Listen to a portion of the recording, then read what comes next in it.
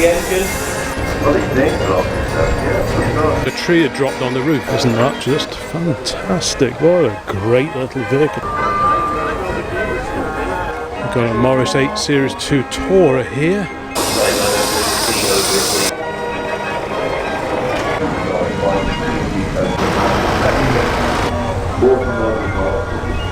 This one from 1949.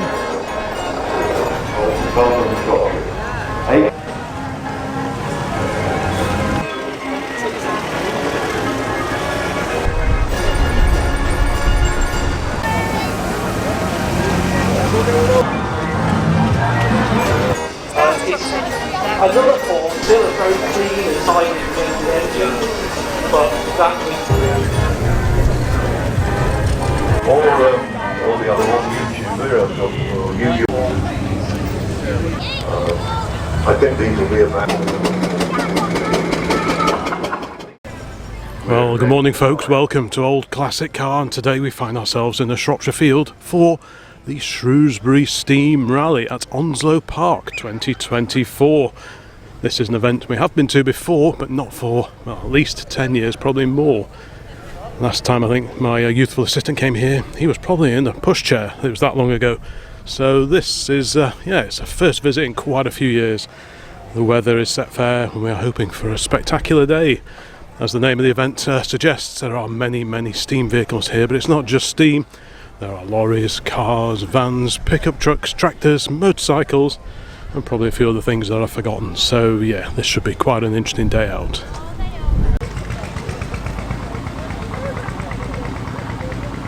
There are always plenty of fun fairs at these events as well. Still early doors, so they haven't fully woken up yet, all these rides and so on, but it is only about 8:30 in the morning. Cars are pouring in to the public car park over there. What do we have here on this other ride? We have a lovely Austin J40, the Joy 40, as produced by retired miners in South Wales using offcuts from the main Austin Longbridge factory all those years ago. And these were produced right until the beginning of the 1970s. Well, now many miles this one has done here on this particular ride. Quite often the fairground ride J40s don't have pedal assemblies in them, but if we have up here in here, we see some pedals. So this started out as a regular J40 pedal car before being bolted to this wonderful old ride. Presumably this Scammell started out life with Pickfords, and so many of these vehicles ended up working on the fairgrounds for towing the rides, living vans, all that kind of thing, to events up and down the country. And this one is just a beauty. Look at the engine in there, big old Gardner diesel. Coming in through there, you come what a machine that is. the middle of the ground. I'm sure this won't be the only Scammell we see here today. If memory serves, you get quite a few Scammells, Fodens, ERFs, Albions, so many different old lorries, trucks, quite a few coaches I imagine as well. Yeah, this is a beauty. You will find all. Well, perhaps predictably enough, I've been drawn in the direction of the auto jumble area. My youthful assistant is keen to see if there are any tin bargains here, and it's quite a mixture of new stuff, repro stuff, and quite a lot of vintage. It's just a case of tracking down the interesting old stuff, and then we will go and have a look at some of the vehicles themselves. Oh, that's got a certain charm, hasn't it? There'll be a few demos inside the arena today. Starting off with tractors, and particularly fine looking pasties. Yes, I bought you two, did I? I've been distracted from the pasty by these lovely old tractors, headed up by a little grey Fergie. His job, Mr. Bourne's job, shall I say, is on the working field. Standard Fordson. Hand start, those are no starters on those. The cockshut, I think that's Canadian, that is.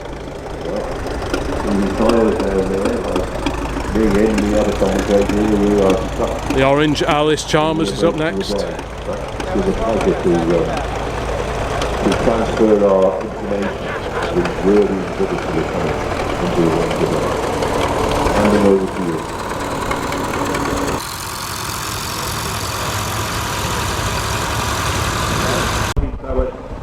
Kyle Morgan from Shrewsbury. The Farmall Super FCC, made in France. So, Mr. Duncan Sutton's International Super MDM coronation model. They were painted that colour because it was the Queen's coronation year, 1953. Mr. Les Heel from Berwick in Lancashire on a Platypus, 1955. With a Perkins 4-cylinder P4, built at Basel in Essex. Designed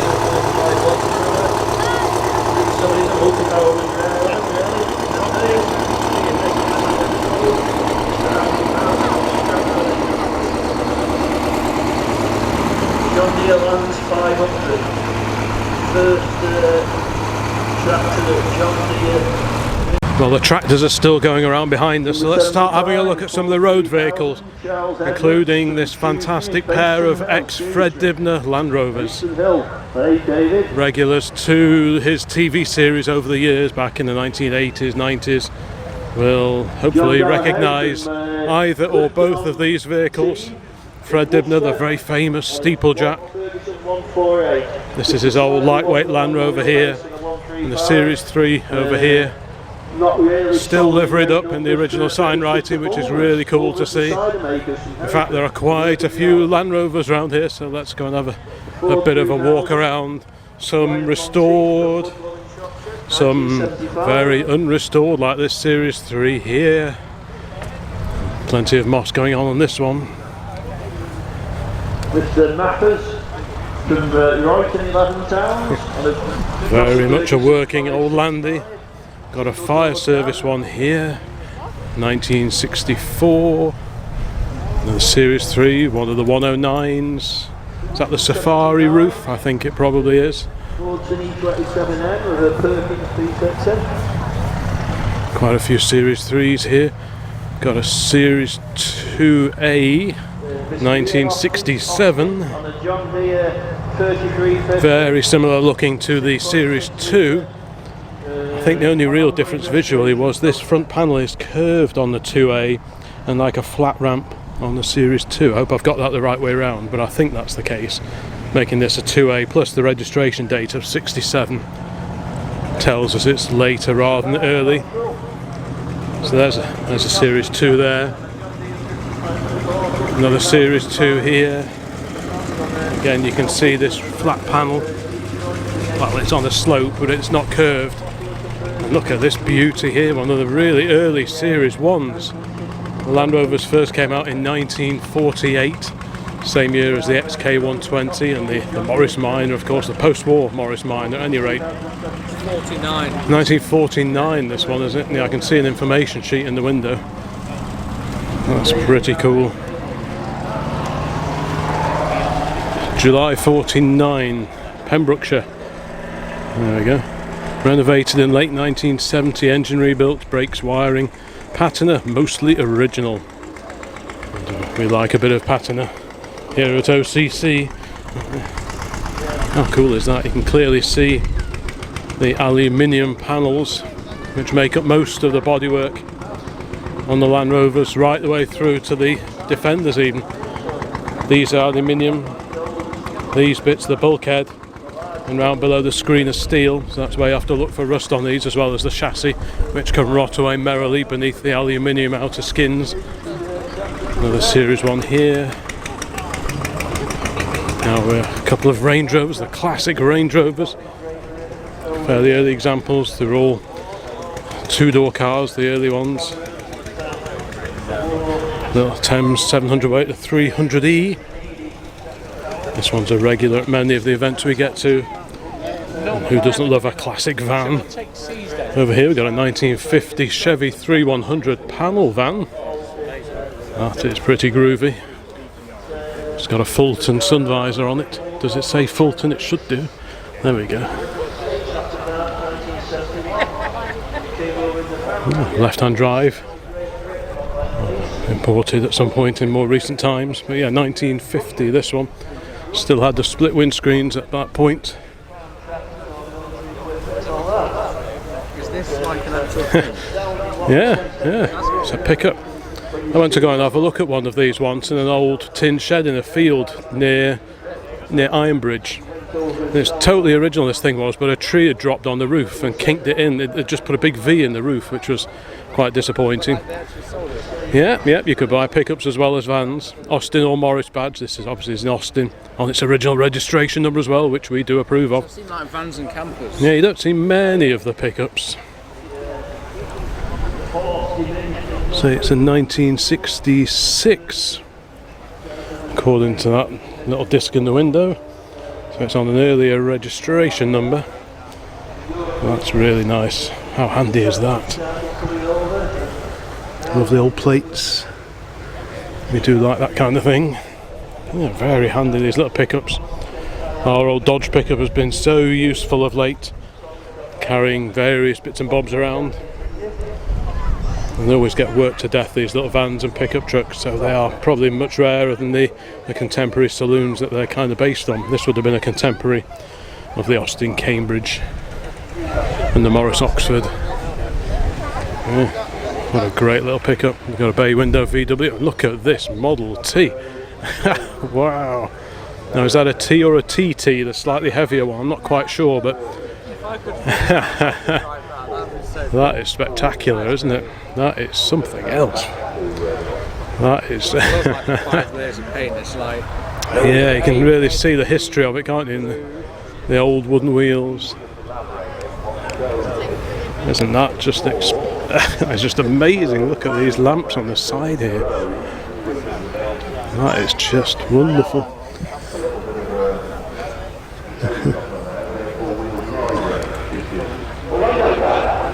What a unique little flatbed truck. Still got the original mudguards on the back with the swagings in to give it a bit of extra strength, and you've got beaded edge as well around the edge, just to give it a bit of strength. Tyres look fairly original as well. The rear body is mounted on like wood.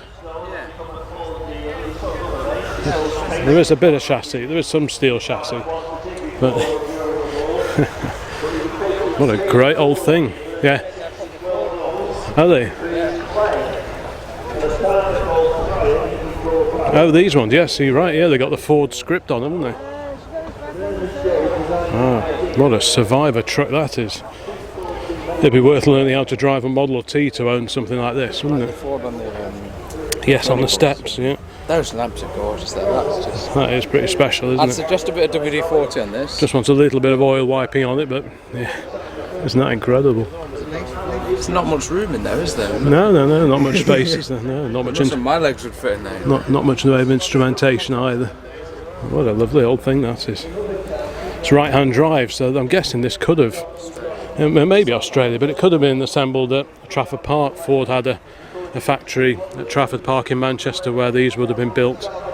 But yeah, I love that. Favourite so far by a mile. Right, next to the Model T, we've got an A40 pickup. This is a mid-production Austin A40 pickup. It's got the later painted grille. Heavier wheels compared to the Devons on which they're based, slightly larger diameter with much heavier rims on them.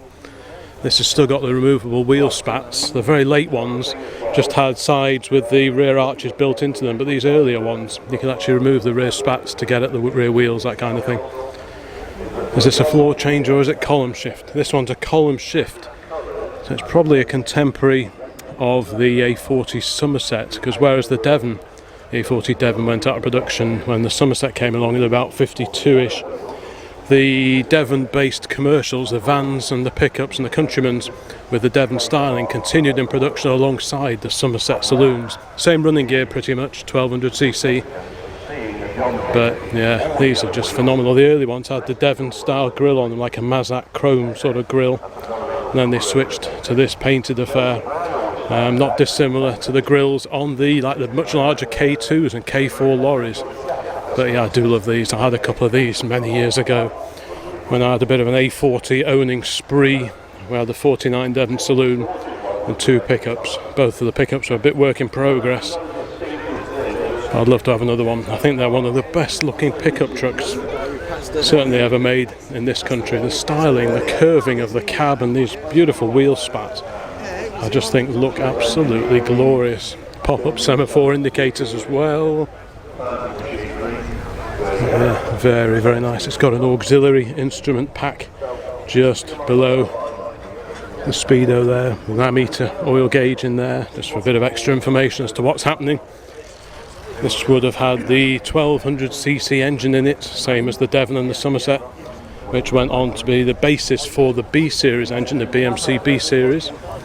Next to that we've got the little Fortin 500 weight, the little E494C. This is a vehicle I've seen at shows for probably 30 years. This is just a lovely little van, this one. I do love little commercial vehicles. Look at that Morris over there. We'll have a closer look at that one in a minute. But that is, yeah, two fantastic old British commercials there, light commercials. The A40 pickup and the Fortin E494C over here. Alright, let's carry on along this row. Is this a Dodge? Don't know. Doesn't say. Anyway, Morris, lovely little Morris based van here.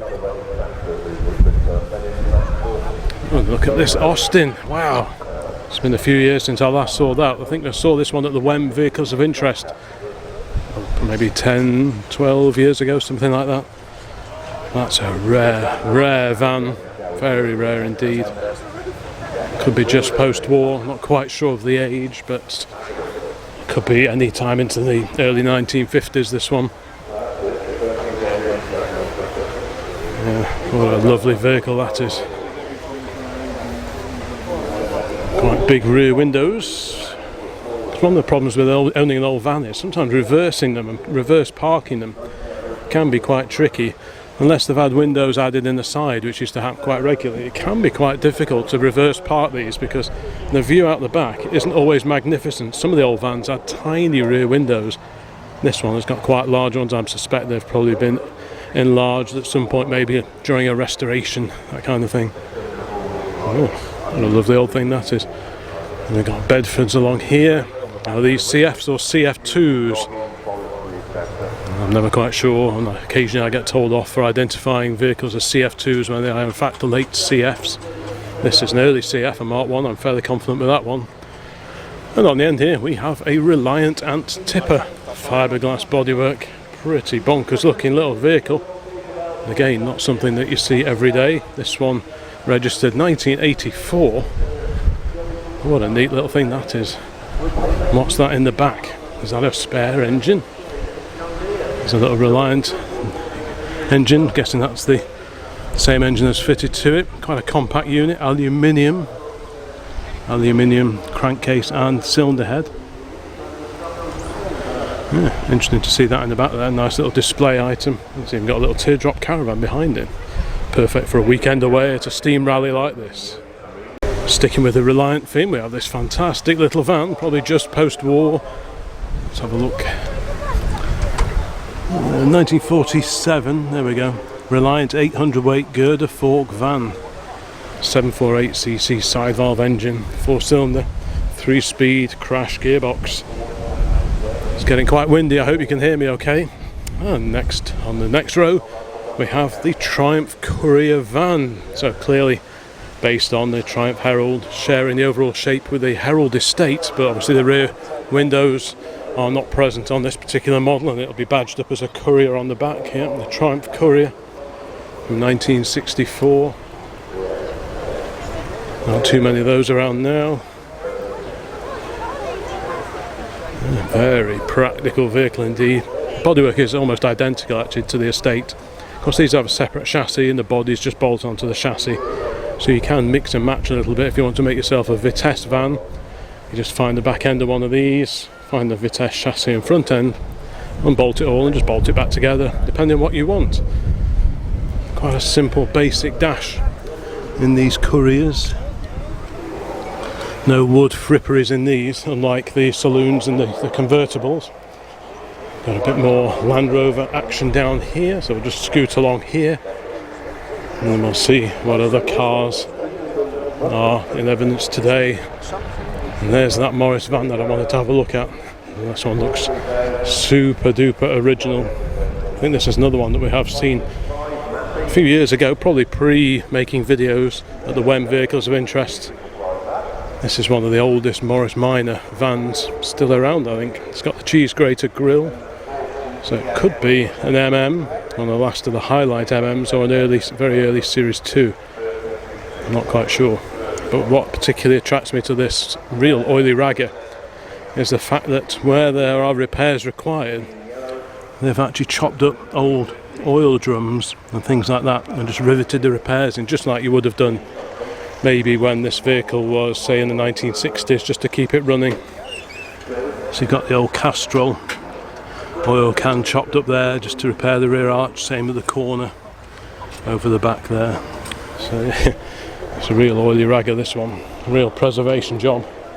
And here is one we passed on the A5 coming down here, a great little electric milk float. We've seen that one at Weston Park.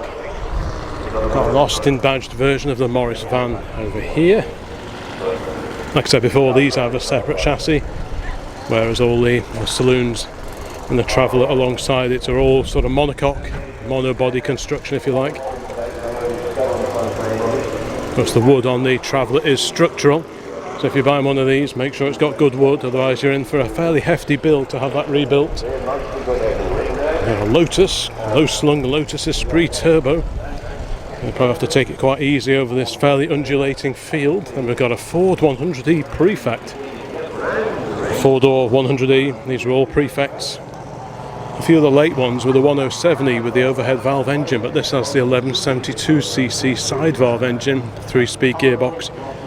Same size engine as the sit-up and beg Ford Pops, but it's not the same engine. These have a built-in water pump, whereas the sit-up and beg 1172 engine does not. You could get an optional water pump, but there wasn't one built in the engine as standard. This one is, well, it's pretty much immaculate. How clean is that? What a great colour as well.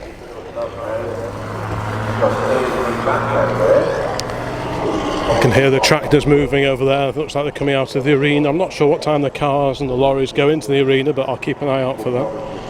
An MGYT from 1949. This one went to Dublin in kit form, assembled and registered 4th of July 1949.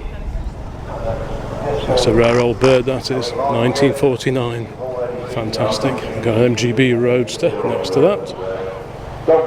Ford Cortina Mark 1, a 4-door GT. Some pretty special looking wheels on this one, some alloy wheels. Kind of thing you would have fitted maybe in the 1970s, that sort of thing. Yeah. Very nice car. We've got a Triumph Acclaim. Super clean example there. MG Maestro Turbo from slightly more recent times. Rare car, surprisingly quick as well by all accounts. Got an RS 1600i, another classic Ford next to that, a Mark 1 4-door 1300L version of the Escort. All nice and simple. Bonnet up, so let's have a quick peek under here. How many of you watching this had one of these back in the day? Looks like it's strut tops are nice and solid on this one. Yeah, how easy is everything to get at? Just a little carburettor under the air cleaner there. Coil, there's your distributor with the plug leads, all nice and easy to get at. There's the oil filter there. Imagine finding an oil filter that easy to get to on a modern car. I think not. There's the alternator down there that charges up the battery. Again, all so easy to get at. Cross flow design, so you've got the inlet on this side, the fuel air mix through there into here. Ignites in there and out, exhaust manifold and down there. So this is the old Ford Crossflow engine, famous engine. Yeah, lovely jubbly. We've got an XR3i, another Mark 1 Escort here. This is a 2-door Mexico, again super clean. Anything you want. Good look round at the photos. Twin Webbers on that one. MG Midget and Marcos. Picture of the rally organiser in this The MGA Roadster, this is a 1600. We've got the Daimler here, the SP250, or Daimler Dart as they were sometimes called. Fiberglass body. Very nice, 2.5 litre V8 engine. Here, an Austin A30. That's a bit of information. First registered December 1955. Completely original. Lovely little car that is. 803cc, the A series engine. It's been retrofitted with flashing indicators, but it wouldn't have had those when it was new. It would have just relied on the old pop-up semaphores that are still fitted to this one here in the B pillar. We are calling them today. And at the end of the row we have the S-Class, or the SL rather, Mercedes, the R109, and a lovely Mark 1 Mini, Mini Deluxe. Is this the Austin? This is the Morris. So this is the Morris Mini Minor. North Wales, probably Anglesey area, registration EY. 63 tax disc. That gives us a clue as to the age of this one. Yeah, it's the Deluxe with the opening rear side windows and a little extra corner overrider bumper thingamajigs. Oh, what a lovely little car that is. Right, let's carry on. Next row. We'll start over there with that Morris Minor. Not just any Morris Minor, this is a Morris Minor MM. One of the very first cars. Still with the low light headlight arrangements and the cheese grated grille. So these came out, like I said before, in 1948. Not quite sure the year of this one.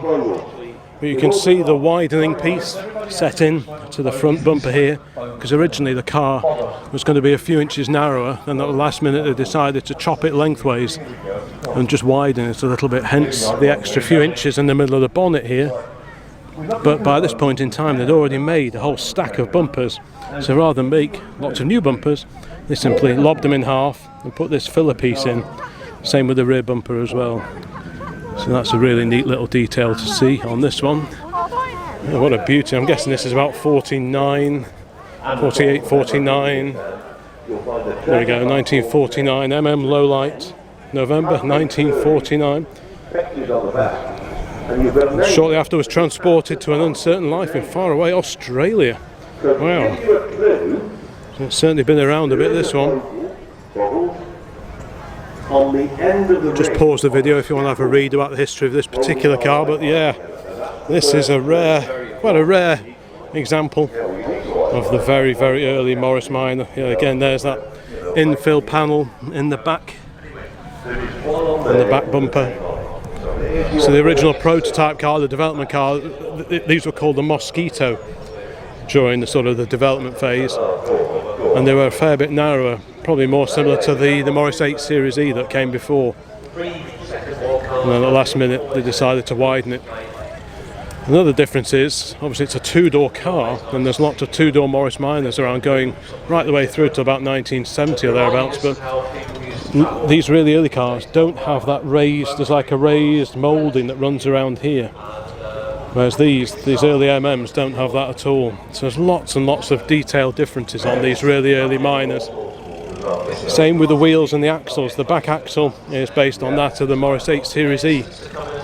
So whereas later Morris Minors and Morris Thousands have regular studs sticking out the brake drum and you just put your wheel nuts on, these are held on with wheel bolts. I know this because I used to have a 52mm, one of the highlight MMs, when they moved the headlights up a bit, and I needed to get hold of some, and they weren't the easiest things to find. I didn't realise there were so many differences between the late MM that we had and the first of the Series 2s. They looked almost identical, but very, very different cars. And yeah, lots of detailed differences on these early MMs. You've got a much larger cutaway as well. The wheel opening on the back wings is much greater on the MMs compared to the later Moggy Thousands. Oh, what a treat to see this well-travelled car here today, all the way from 1949. Okay, let's carry on along down here. There's a real smell of steam and burning coal in the air. This is a lovely little Simca Ronde, a very, very original Simca Ronde, all the way from France. Lovely little car, Marshall headlamps. Just see the little M there. Very stylish little car, this one.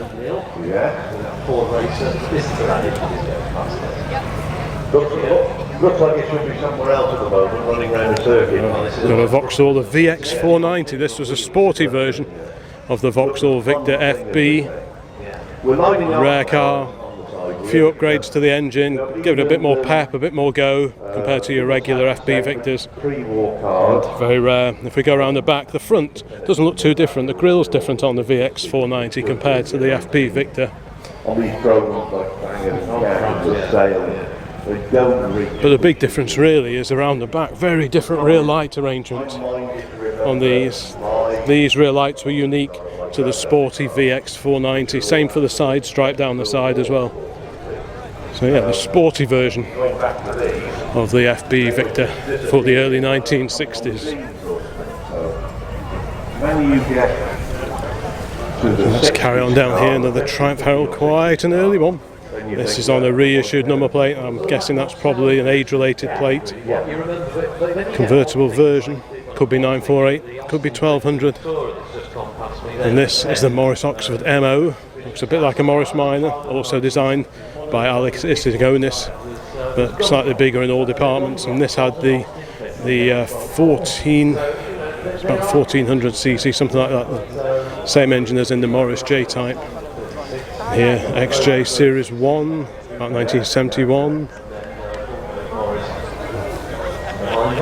Got a Daimler version alongside this, and if it's the one I'm thinking of, this is quite rare because it's got a manual gearbox. Is it this car or is it not? It is this car.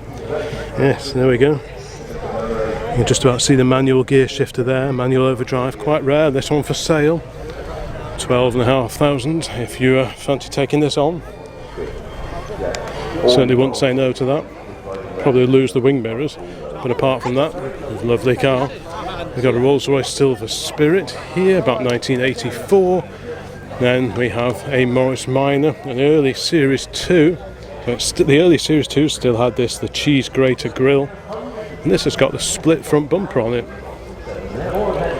I'm fairly sure that's earlier, because the bonnet is Series 2, which is what, 1953 onwards, something like that. So, interesting car. I'd be interested to see what date this one shows up as. A little midget over here.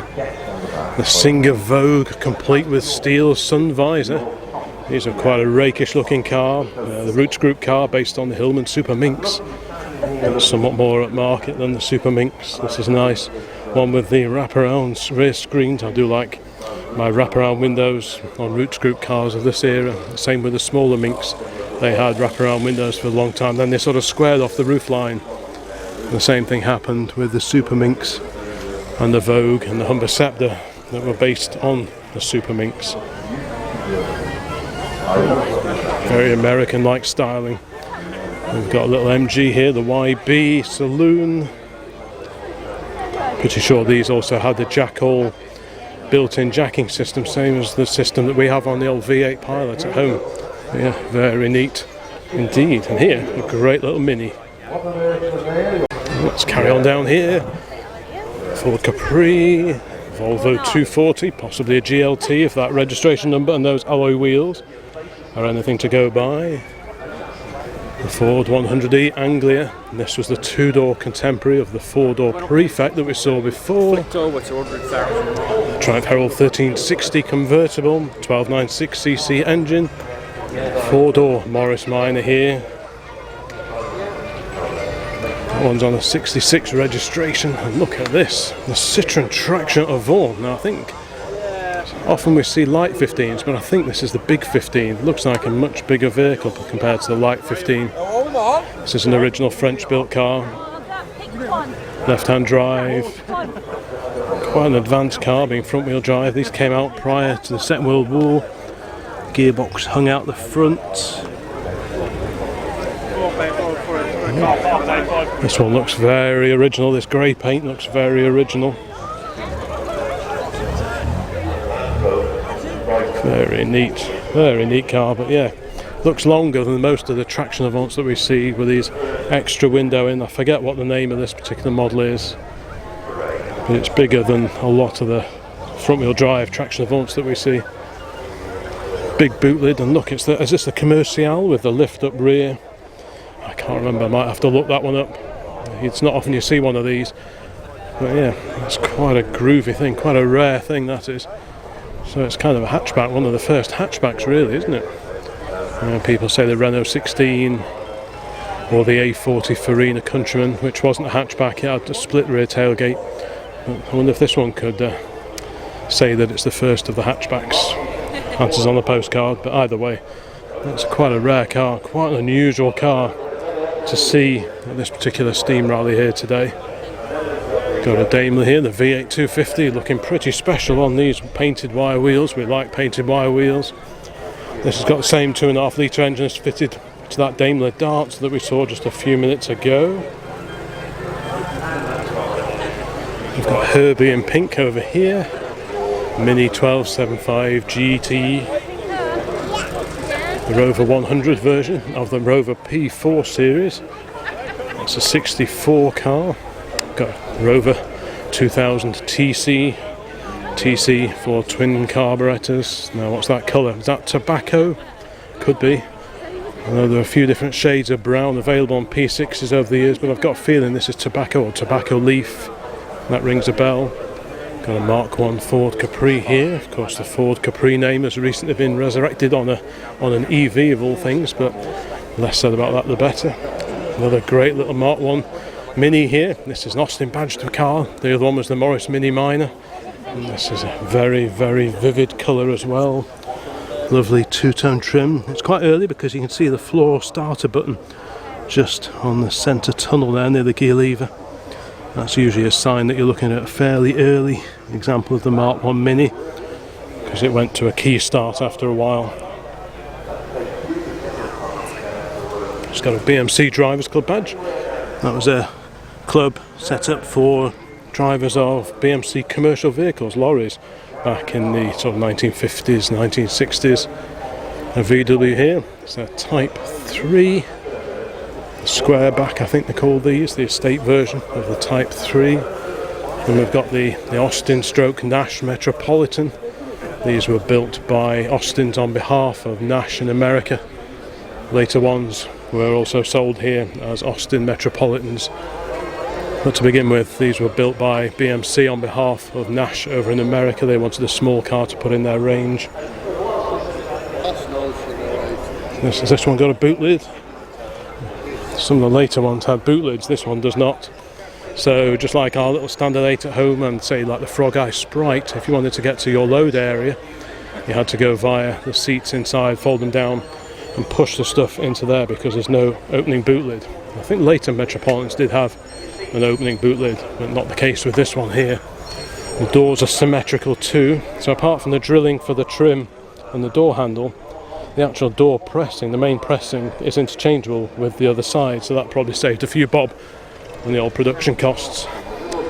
Next to that we have the fiberglass Reliant Scimitar SS1, that one from 1985. Staying with Reliant for a minute, we got this, the SE4, is it the Coupe, the GT? I do like the look of these.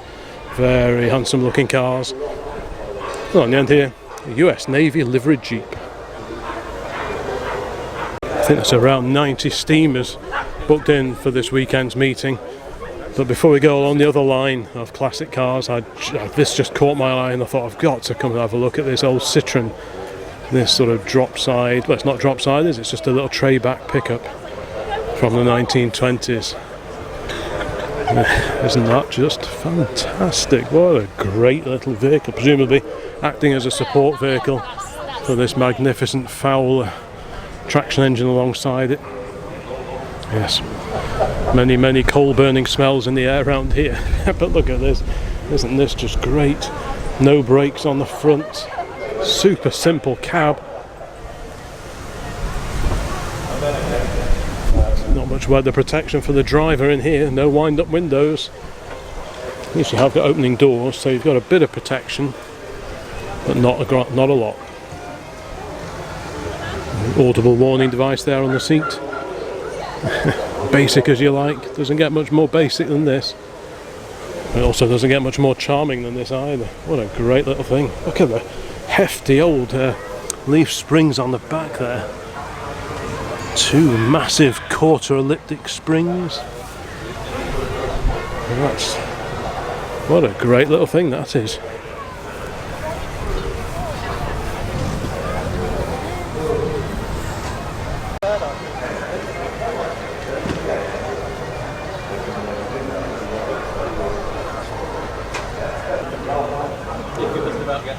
See, we're actually debating over it, and that's like you're like,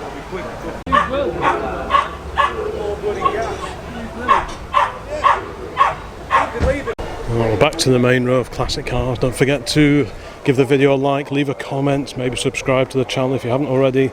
Always great to read your comments on the cars that feature at these events. And here, next to the Rolls Royce, the Shadow 1, we have this fantastic Ford Consul Mark 1 of the early 1950s. Like several of the cars we've seen today, it has the optional sun visor. In this country, probably acted more often as a rain visor, but either way, great. Lots of memories of the old boy who used to live next door to us when I was a wee nipper growing up. He had one of these. Every few years he'd brush paint it with white paint, household paint. And I remember the lenses faded away somewhat on his car, so he resurrected them by using little sweet wrappers, if I remember right, that you could see through, and that restored them to being red when you press the brake pedal. Yeah, what a great old car this is. Quite dumpy styling, which was pretty popular in the early 1950s. Of course, in the late 50s it was all fins and that kind of thing. But in the early 1950s things were fairly austere still here in the UK. What a great old Survivor that is. Let's carry on along here. Very different Ford alongside, a rally prepared Escort here. RS2000 stickers on the back. Hasn't got the slopey front of your regular RS2000. I'm sure that goes well. Another great early Mini over here on the reverse rim wheels. That's an Austin.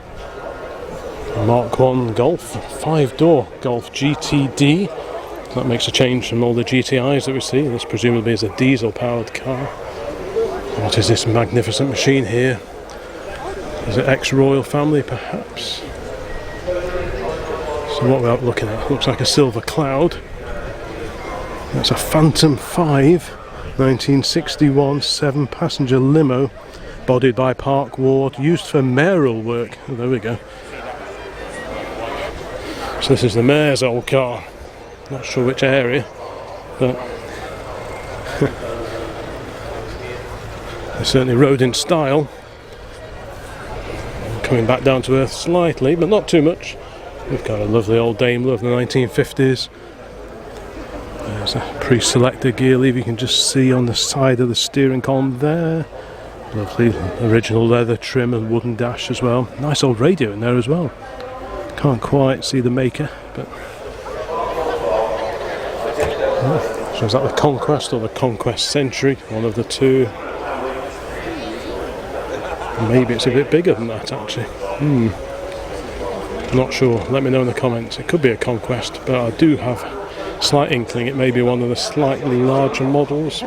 Not sure. Anyway, let's carry on along here. We've got a 61 Moggy 1000. This one we saw driving in this morning. The old Consul Capri, a very rakish looking car indeed, contemporary of the Consul Classic Saloon, but the Capri had this very rakish, very stylish roof and the fins at the back, of course. Got a nice picnic set, the old Brexton picnic set on the back seat there. Very sporty, rakish looking car. There certainly were some quite eye-catching designs at Ford in the sort of late 50s, early 1960s. You had the Mark 1 Cortina, the Ford Corsair, later the Mark 3 Zodiacs and Zephyrs. And these are really eye-catching cars, I think. Just like that Singer Vogue, very American inspired styling, I think. With the Morris Mini Minor here. Minis are well represented, early Minis. That's a Shropshire registered one. We've got a 4-door Morris 1000 here. It's a 67 car, Austin Cambridge. So that's the A60 Cambridge. It's a fairly early A60 Cambridge. Lovely black paint finish. Lots of great badges as well. I can see my youthful assistant working his way down this particular row of cars. He's just looking at a Vauxhall Cresta, I think. A few of BMC's finest, the Morris Mini Minor, the Minor 1000, the Austin Cambridge, And an early Mini, the Austin 7 badged Mini Mark 1. Lovely little car.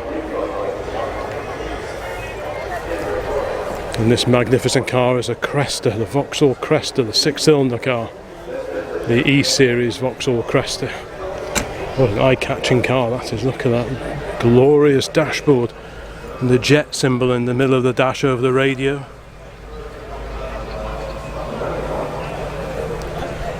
And it's a symmetrical dashboard pretty much as well, so if you sold left-hand drive cars you could just put the steering column over there, but the main dash pressing, I'm guessing, would probably stay the same, and you just fit it up accordingly.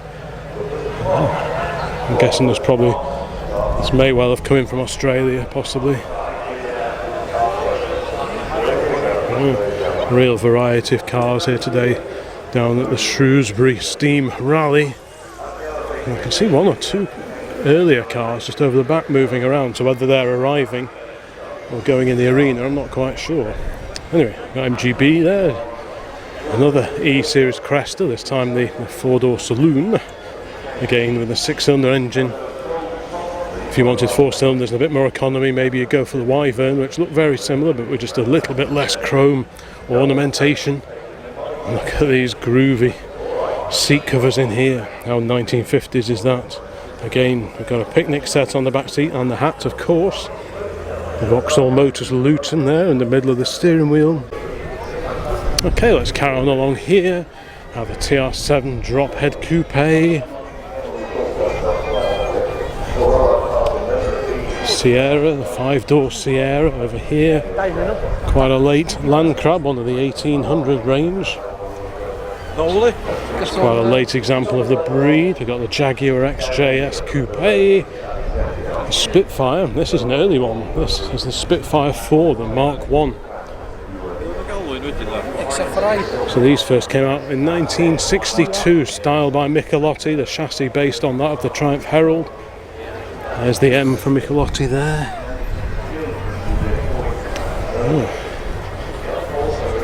The Mark 1s. Yep, Spitfire 4, that's what the Mark 1s were originally, well, that's what they're actually officially called and badged up as. This one from 1965. The Mark 2 look very, very similar. I think the door handles were a little bit higher on the Mark 2 and then the Mark 3 that followed after. But the Mark 1s had these very low door handles, quite why you had to have them that low, because it's quite a way to reach down. So they soon changed that for the Mark 2s. But yeah, 1147cc, basically a slightly uprated version of the Herald 1200 engine, twin carburetors and so on. And then we have over here the Citroen DS. Just try and avoid this gentleman photographing the Spitfire. What a great looking car that is. The inner lamps follow the steering wheel, so as the wheels turn, follow the corner, the lights do the same. This is quite an upmarket one. It's got the rear window blind in it as well. Tinted glass. This is a very posh one, this is. Look at that. The DS21. It's what incredible shape. I love the way the rear indicators are built into these sort of roof mouldings up here. There's all the panels and bolts. If you want to take off the rear wheel, you take this bolt out, and you can do that, and you can lift off the whole back wing. I think the front of the wing is located on pegs. You take that off, and then you can take the whole wing off, and then you can get at the wheel under there. An incredible car, really advanced car, hydropneumatic suspension. Not the simplest car to maintain, perhaps. And it did scare off quite a few garages. A lot of garages, certainly here in the UK at least, wouldn't touch these. Pretty neat. Look at this little Fiat 500 here, the little 500 Jolly from 1969. The old wicker seats. How cool is that? That really is quite something, isn't it? Even got the wicker little box under there.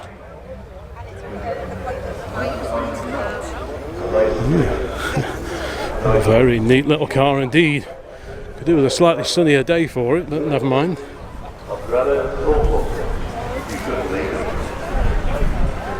They're also available from the control centre, the control box, with the secretary and one or two others at house. Wolseley 1500. The MG Magnet. Is this a 16? Could be an Austin 16. Let's have a look at the badge. Yes, it is. Thought it was just post-war, about 1947-ish. Almost a contemporary of our old V8 Pilot.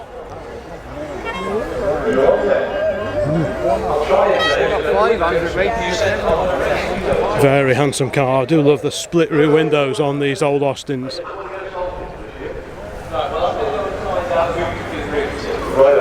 Early-ish Austin Maxi, complete with factory mud flaps on the back.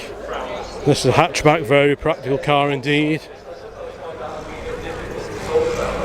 Early ones had cable operated gear change, which was a bit of a nightmare for reliability. So they've soon bin that idea. This one looks to be in great condition.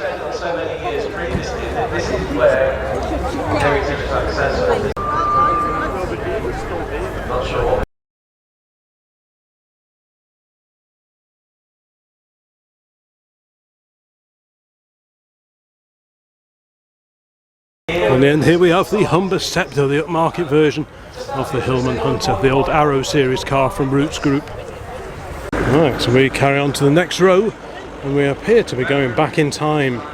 Lots of pre-war cars, and that we approve of a great deal. Sometimes at the car shows we get to, there's very little in the way of pre-war action, so it's really good to see this lot here today. This is a 1935 Austin 18.6 York Saloon. Big comfy car indeed. Let's have a quick, have we got an open window? We do indeed. Very original looking interior in there. Very inviting. Very comfy. Smells just right. Great old car that is. Got an Austin 7. Is this the open top car? I always forget, is this the Pearl? Could be, I'll have to double check that one. There's so many different variants of the old Austin 7s.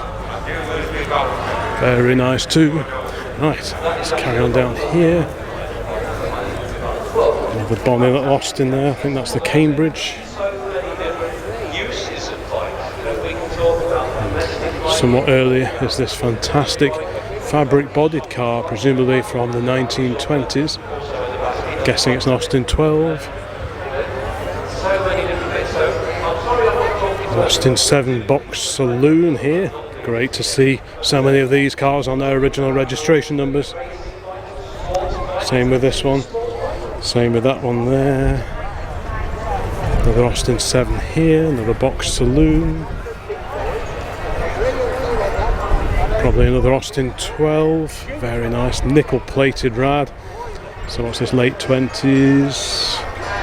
Still got the carriage type door handle, so it could possibly be mid 20s even.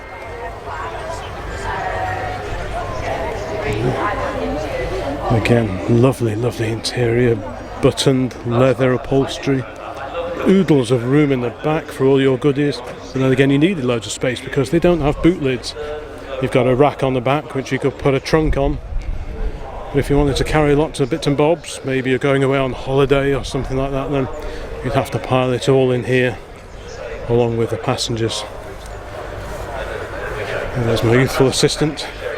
More Austin goodness over here. Fantastic little Austin 7 Chummy from 1928. Very sweet little car indeed. 3 stud wheel fixings on these cars. No roof, so we can have a proper look at the interior, the diminutive interior of these 747cc cars. Yeah, room for 4. Tiny little cars.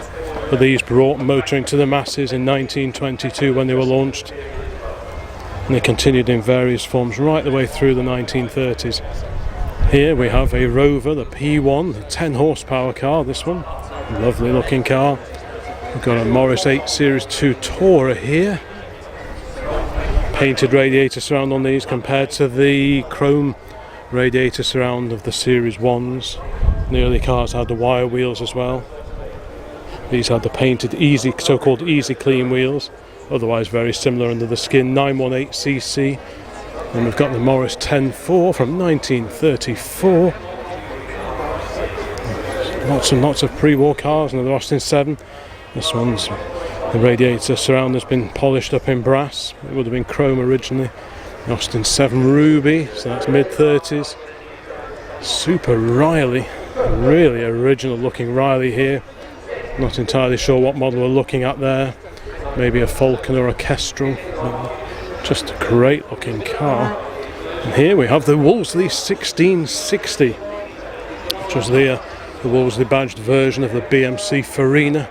So you had the Austin, Cambridge and Morris Oxford, and this was a slightly plusher Wolseley version. The 1660 badge engineering was in full flow at the British Motor Corporation at the time. So they took a basic design, tweaked it a bit and put a different badge on it. So you'd have Wolseley's, the MG, the Riley, there was the Riley 472 at this time. You had the Oxfords, the Cambridge, so many different things. And next to the Wolseley we have this Volvo P1800S from 1965. The P1800 because when these came out they had the 1800cc version of Volvo's famous four-cylinder engine, the B18 engine that also found its way under the bonnet of the Amazon Saloon and indeed the early 140 series. These were a really smart looking car. If you took those Volvo badges off you'd struggle to guess really that you were looking at a Volvo. So different was it to the cars that Volvo were typically known for producing, the Amazon Saloons, the PVs before that. This was a real departure for Volvo when they started making these. The early ones were bodied by Jensen on Volvo's behalf, but this would be a Volvo bodied example. All the joints lead loaded in, so you just get a smooth panel all the way up there and across the top of the scuttle there. Very, very handsome car. Quite rakish and sporty inside as well. Got really nice dashboards in these. Lots of instrumentation and that lovely dished steering wheel as well. Just great looking car, I think these are. Right, so we'll carry on down the road. We have a Triumph Stag, the 3-litre V8. We've got a Rover P5B Saloon, 3.5 litre. So this was the updated version of the original Rover 3-litre, which had the Rover's 6-cylinder engine in it. But it was refreshed and they brought in a design originally penned by Buick, modified it somewhat, put it into production here under license and fitted it into this, the P5B, and later the P6. This is a really lovely example. It's almost like a zircon type colour. I forget the original name, but it could be zircon. The front end looked very similar to the P5 3-litre, but the 3-litre didn't have these extra lamps down here, and the grille was different as well. This is the V8 grille. The P5 3-litre had a slightly different thing here with a black and more colourful badge in the middle there, but just detail differences. And of course there was the 4-door coupe version as well with a much lower roofline, extra gauges, that kind of thing.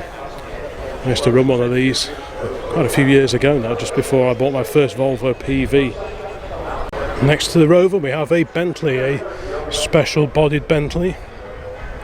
This one appears to be based on a post-war Mark VI Bentley.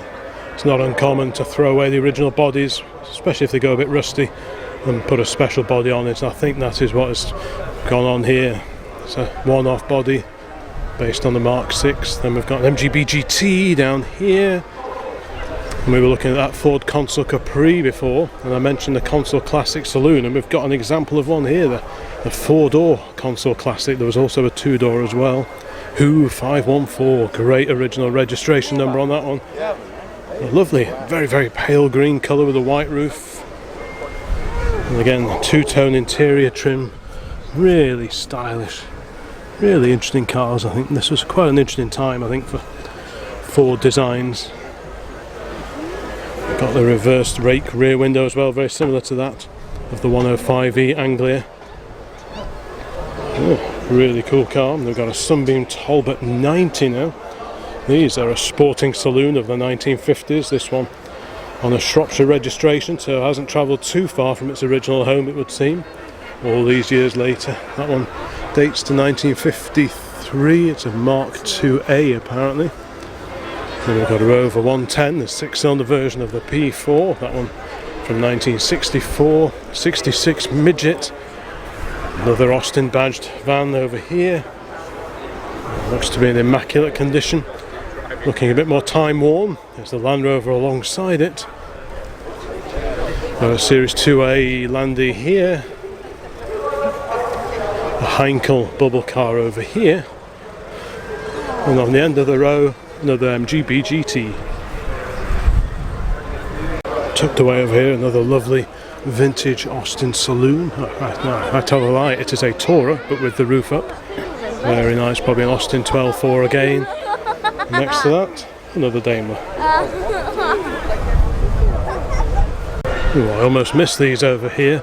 The Bullnose Morris, very nice. Little Cowley, 2-seater with dicky seat in the back. So you've got room for 4, just about.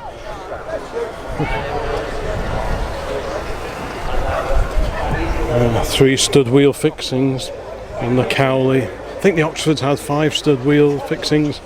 Not quite sure why you'd have the difference, but lovely little car from the 1920s. I do like these Bullnoses. I think they're great looking cars. Very distinctive honeycomb radiator core there. There's the little 4-cylinder side valve engine. There's the fuel filler there. You have to pop the bonnet up, and the tank is within the bulkhead here. And then you've got a gravity feed down this pipe here, down there, and into the carburettor, and off you go. And there's the exhaust manifold over on the other side. Very neat indeed. There's a little magneto providing the spark all the way to those lodge plugs fitted in this particular engine. Very neat indeed. There's a little hooter. Bit of info. 1925 2-seat Tourer with dicky, 1500cc and rear brakes only. That's a great little car. Such a treat to see all these lovely early cars here today. So we'll be making the most of that. Okay, next to that glorious little Cowley we have this, the Rapier, little sporty Rapier. This was basically a smaller version of the Lagonda. Very nice, 1935 this one. The Ranelagh Tourer body. So it's got an 1100cc double overhead cam, twin carb engine with a pre-selector gearbox. Yeah, real sporty little number this. You see some of these at VSCC events. Cool, that wind is getting up a bit. I've just walked into a post. Right, and next we have the Mercedes-Benz, the 170S. And what a beautiful car this is. Wow, that is, if ever there was a car that you would describe as swish, this would probably be it. What a glorious looking car that is. Shame the window's not open. Could have a proper look at that lovely interior. Maybe we can just about see the dash. Mercs really were top draw in these pre-war and just post-war days. This could even be early 50s even. I'm kind of fairly sure that this sort of style of car came along pre-war but did continue or were resurrected post Second World War. By the way, just a fantastic looking machine with a folding roof. Just real quality. Look at all these beautiful polished window surrounds here. Yeah, fantastic looking car. Alright, let's carry on down here. We've got somewhat lower. It's an Austin 7 Special. Again, you've got the distinctive 3-stud wheels. That gives the game away that we're looking at something based on the Austin 7. Albeit somewhat different around the front here. Telescopic dampers. But there's Austin 7 hiding away under this sporty little body. This isn't Austin 7, this has been made later. It's got a remote gear shift on it. That's a real reminder of the old sort of special building days where you buy yourself an Austin 7 chassis and either build or buy a body shell designed to suit, and off you go. Right, What's this mighty machine here? We're going to have to cheat and look at the grill. This is a Morris 6. You don't see many of these bigger Morrises. You see Morris 10.4s, Morris 8s, but not so many of these bigger models. I'm guessing they made probably far fewer of these as well. And that's a proper rare car, that is. Hello, sir. Right, let's carry on down here. Another Rover. Another wonderful pre-war Rover, this time a drop head coupe. Bit of info on the screen, 1939 this one. It's a 16. Bodied by Salmons and Son of Newport Pagnell. Next to the Rover we have this, the little Morris Minor. What a fantastic little car this is. Same as the one we had until a couple of years ago with this lovely little curved back. Yeah, it's all the same. Yeah, it's just like this. Yeah, the little side valve 4-cylinder engine in that one. These were £100. The little two-seat, the Morris Minor two-seater. They didn't call them Tourers. They just call them the Morris Minor two-seater. Very neat little car. It does bring a tear to the eye. I don't know where mine is now. Last seen going in the direction of North Wales. With a magnificent Austin over here. It's a Tourer. The front side screens are out, and just look at the quality of that dashboard. All that nickel plating.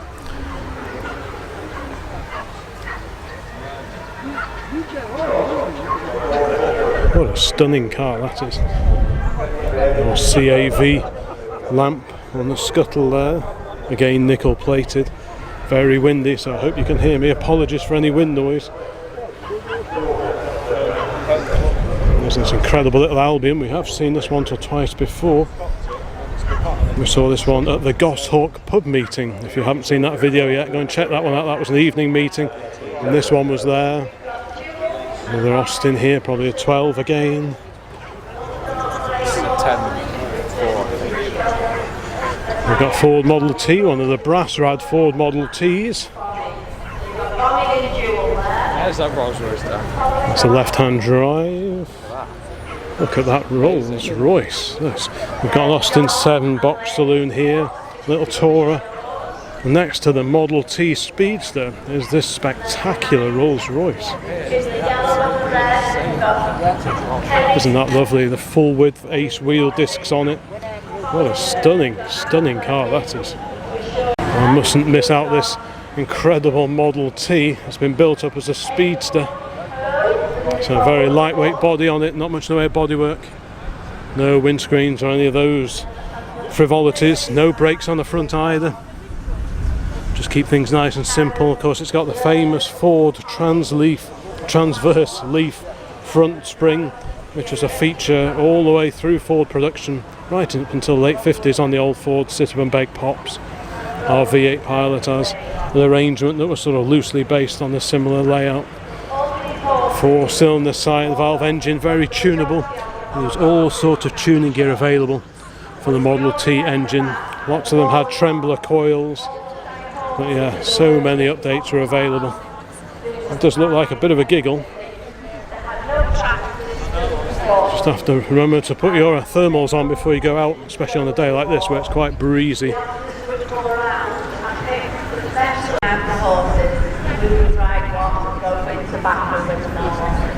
Just talking with my youthful assistant, and it's great that so many of the cars at this event are actually really old. I mean, we've got one or two later classics, modern classics like the Volvo and the Maestro Turbo that we saw, but the vast majority are sort of 70s, 60s, 50s and before, and a huge contingent of pre-war cars as well, and some real unusual stuff like this big 15 that we were looking at before, which I think is the Commercial. But yeah, it's just lovely to see so many what we would call proper old cars. Don't get me wrong, we like a bit of everything, but when we come to shows we like to see the older cars ourselves. Nice little doggy. Hello.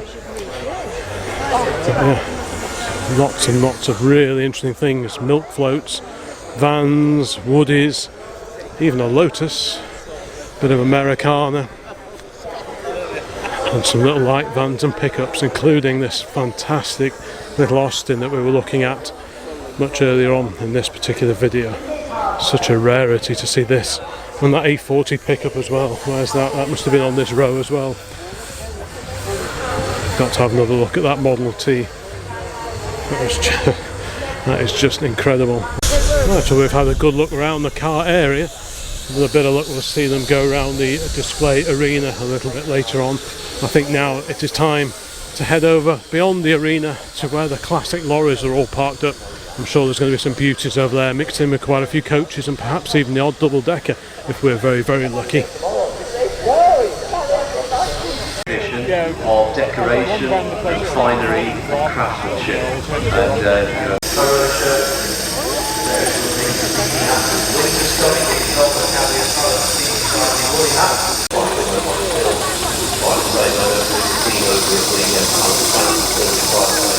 I've seen quite a few ancient bicycles here as well. Oh, we have one for sale here. Maybe this would do me.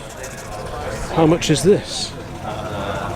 £25. Oh, why are we in the MX-5? £25? That'd do me, that would. I don't think it'll fit in the MX-5 though.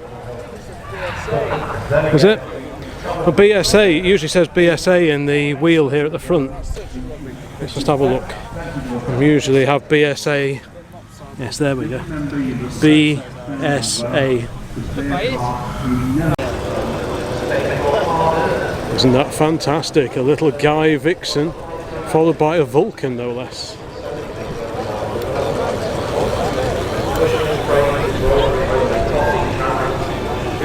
Commercial vehicles are on the move, headed up by this magnificent Leyland Badger. Isn't that phenomenal? I assume they're going towards the arena. Another Leyland behind that.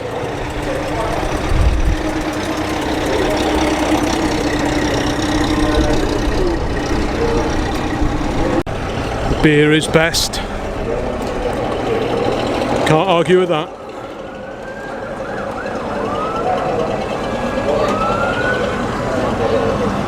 Morris commercial, early 1930s.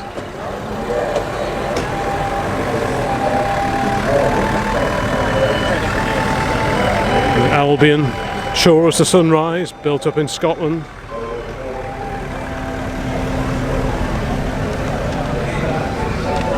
Yeah, lorries just come into the arena now. All Leyland, yeah. all 20s and 30s, and you know the unique part of engines are very similar about the unit before we went into the stroke 6 cylinders, we've all got a 4 cylinder. A lot to say about the Walkerdales one. It's kind of one that brings sadness to mind because it was going very hard. Keep your money. Go and welcome your wife. Right, now, when we come along here now, I knew that the one wasn't a Scamble, and I was quite right. It was, in actual fact, a guy. And he was here, a miniature guy. What a lovely little truck that Morris commercial is.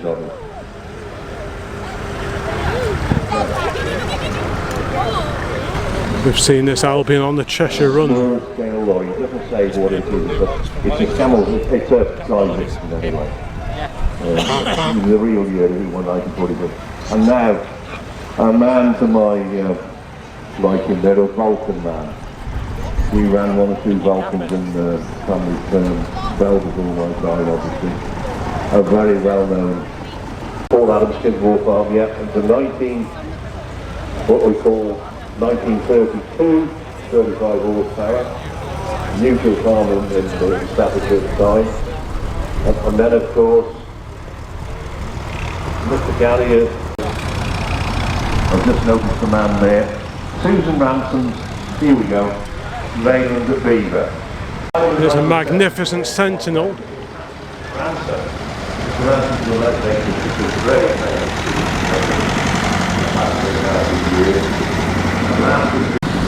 Bedford.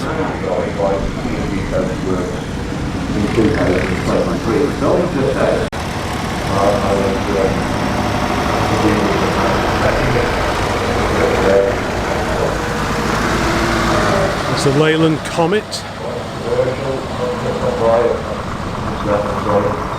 Petrol or diesel versions of these were available. This one's an oil burner.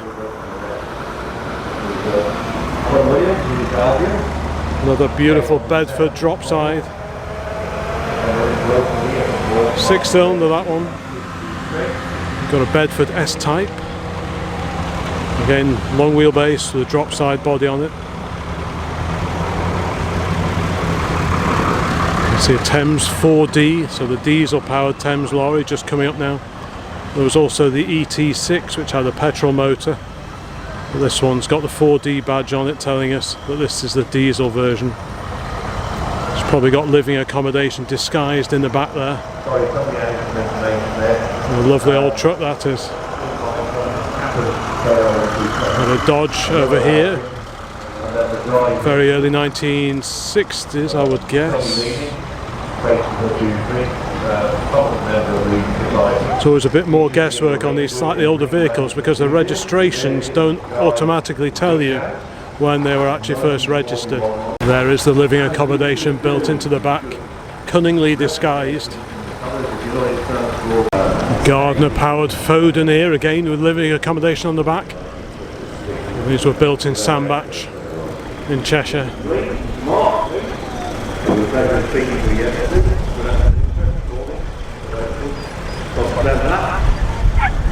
Thames Trader now. I remember 2 or 3 years ago someone said you never see Thames Traders in your videos. Well, there you go. There's a stunning Foden here, the S21 I think this is, with the Mickey Mouse cab, so named because the shape of the windscreens reminded someone of Mickey Mouse's ears.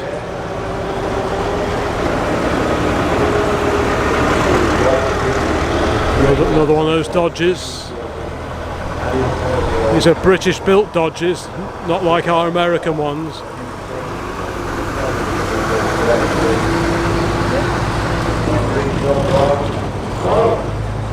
Austin also built pretty large commercial vehicles as well. And here we've got an example.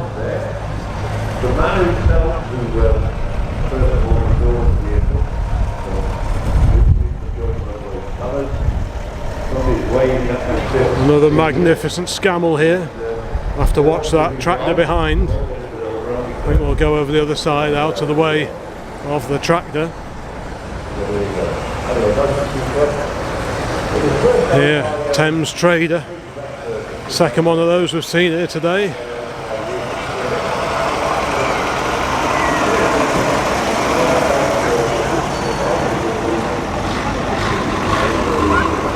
Another Bedford S-Type.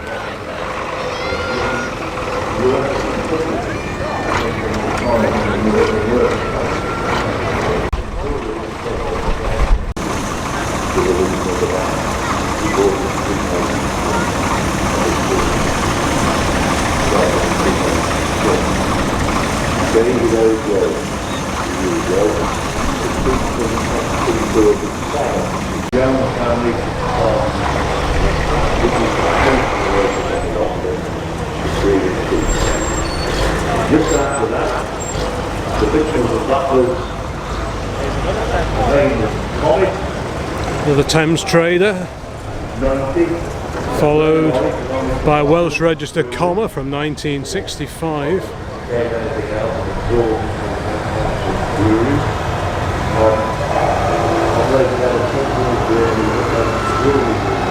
Scamel behind that.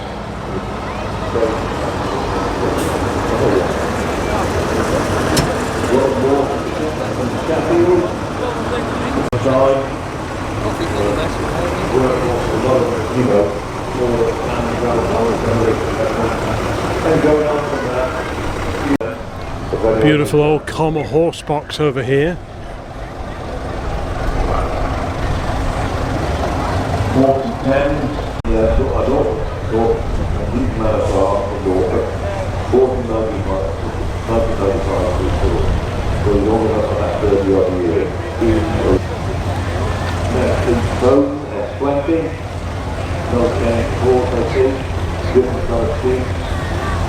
Same shed on the back of the link, that's caravan place, but that was full very nice. Then we come to one of my favourites, as a green by the Thames. Spot of the damp stuff now, there's an ERF, also made in Sandbach. Was it Edwin Richard Foden, was it? I think. Got a Ford D series, everyone's just running because it started to rain. So we've got a Ford D series there with a beaver tail body.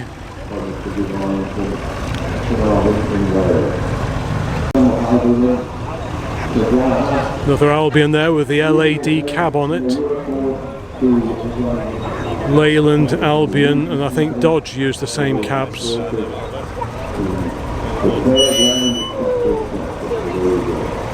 Very unusual sedan over there.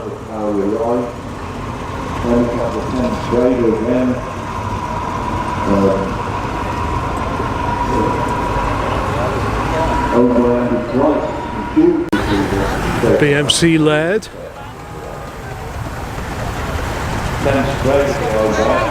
The standard Fordson, about 1940 on the back.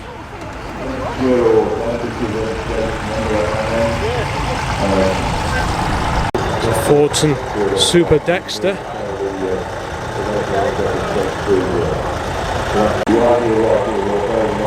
The ERF, about 1971. Start to rain again.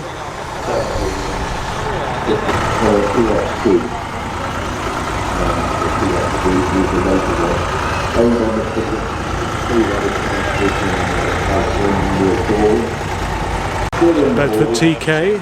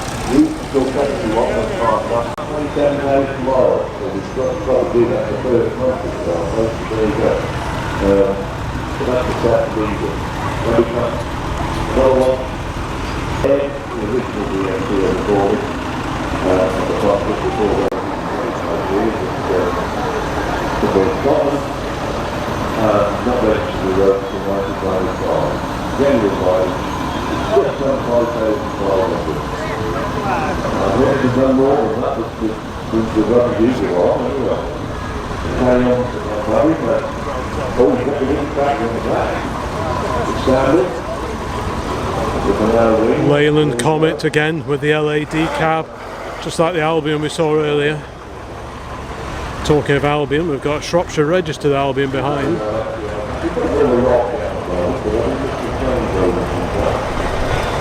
That's got the ergomatic cab, I think.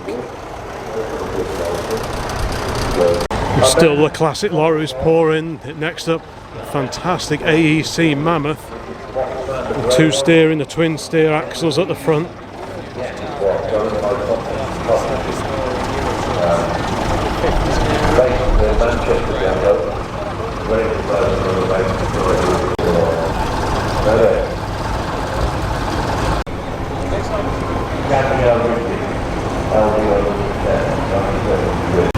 £20 was the speed limit for many years with heavy commercial vehicles. That's one of the reasons why my big old Dodge at home was never road registered when it was used in the late 40s, nearly 50s, because apparently that way they could get around that particular law and they didn't have to stick to 20, which if you were going from the south coast where they were based all the way up to say hill climbs up in the Scotland, time was quite important, and doing it at 20 miles an hour would have taken an age. Another one of Foden's finest here, this one powered by the Gardner 150 diesel engine. Again, two steering axles at the front. AEC Mammoth Major, again with the ergomatic cab.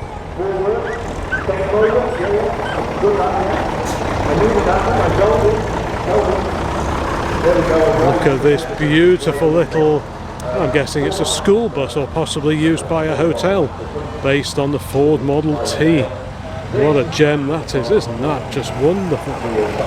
Isn't that? That is lovely. Very similar vehicle behind it. Some of my favourite vehicles of all are these wonderful country buses, these coaches. Isn't that just absolutely beautiful body on that? The livery, the interior. Now we've got a Crossley, the Manchester built Crossley, this one from 1949. Just stunning. What a beauty that is.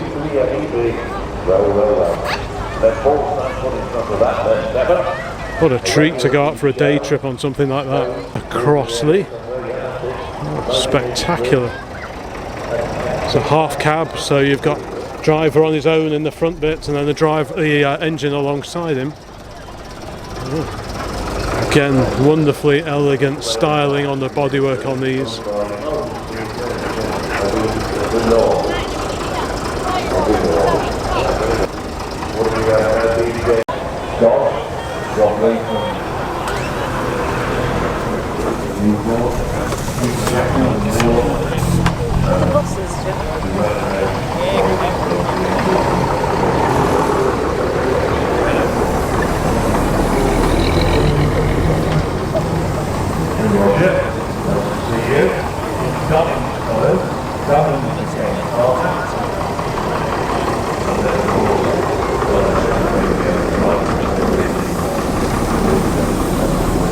It's rare that you see one Crossley, but look at this, a whole collection of them.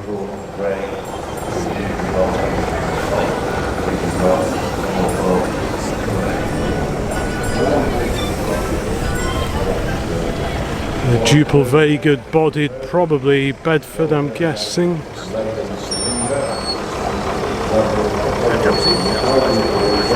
Yeah, I think I can see a Bedford badge in the middle, over there, just in the middle of the grille.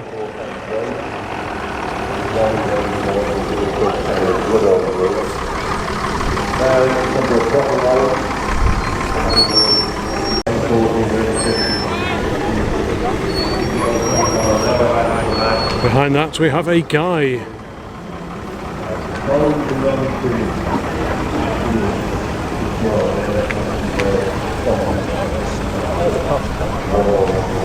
Yes, we do have at least one double-decker on the field.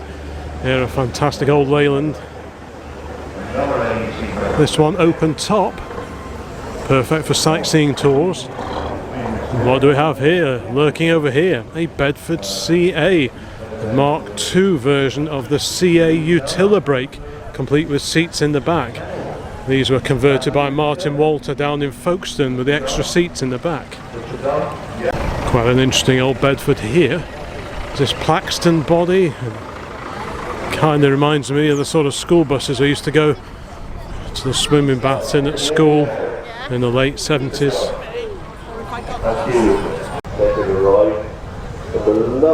These bicycles apparently are from the National Cycle Museum down in Mid Wales.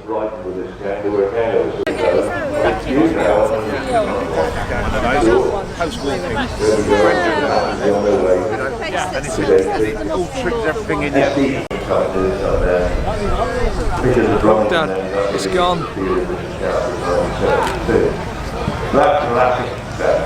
The bike has been sold. It was too much work. It was too much work, plus it wouldn't fit in the MX-5. You actually want an old bike? I wouldn't say no to an old bike.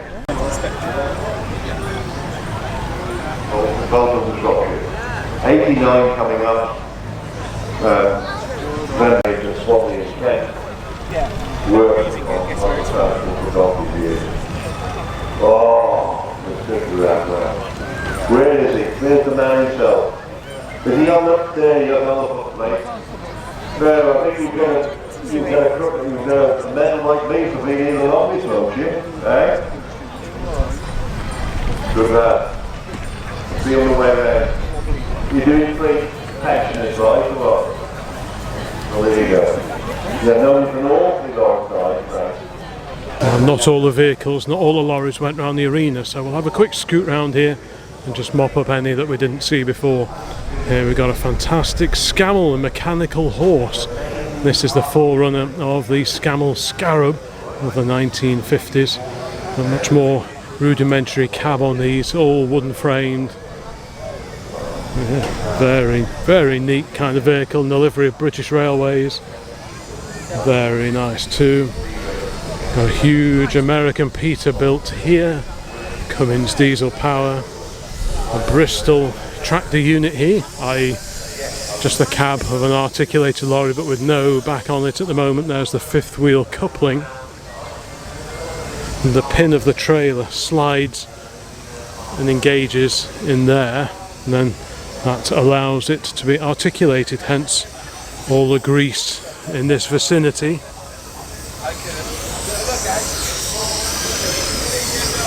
Same setup on this one.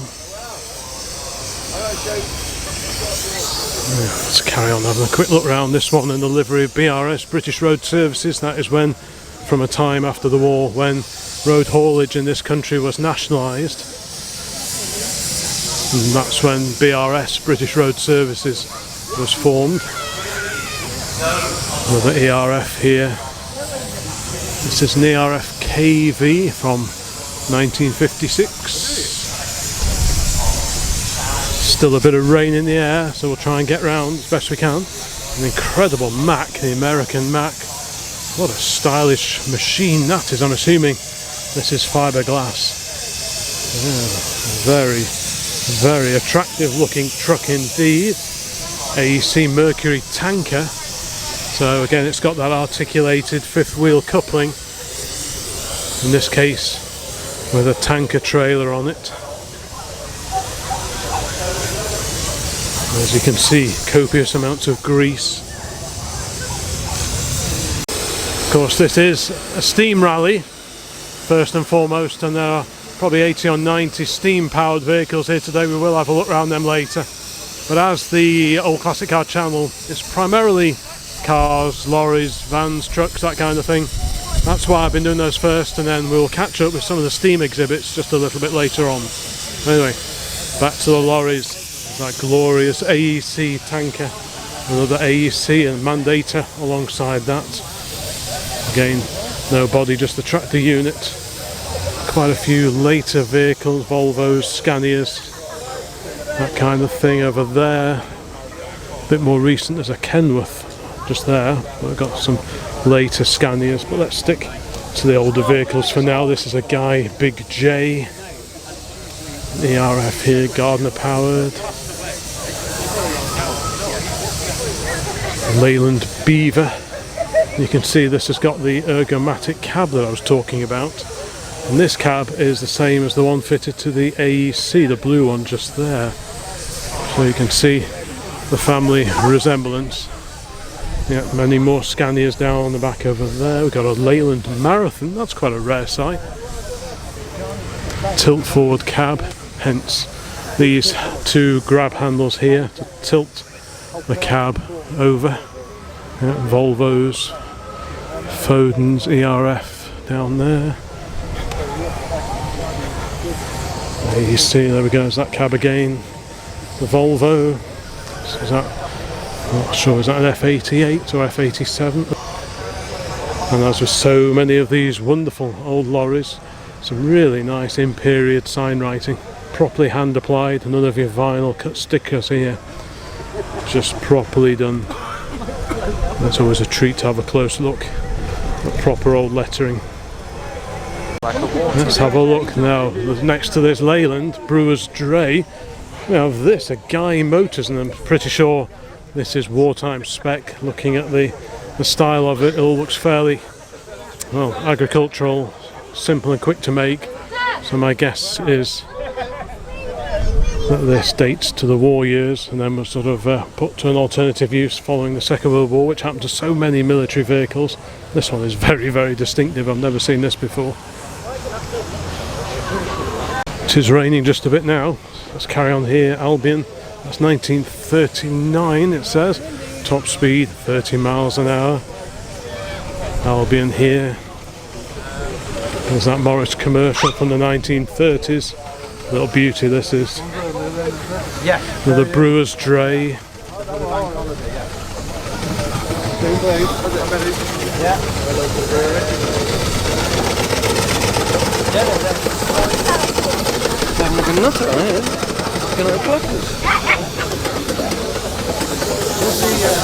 Leyland's. Good name on this one. And then he changed it so that it always had that. A feast for the eyes. All these super old lorries, Leylands, AECs, Albions, and over here an American white. This is really nice and early. And as we've commented before, lots of drivers on these early vehicles didn't have much in the way of weather protection. And that's definitely the case with this one. Yeah, we've got a roof, but no screen, no side screens, no doors. Very few distractions in here. Yeah, it's a very unusual vehicle. I'm sure I haven't seen this one before anywhere, the white.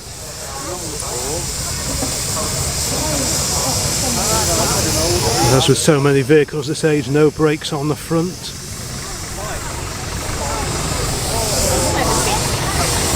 Simple cab on the back, semi-elliptic springs at the rear. All pretty basic stuff. I think that's a worm drive rear axle, I suspect.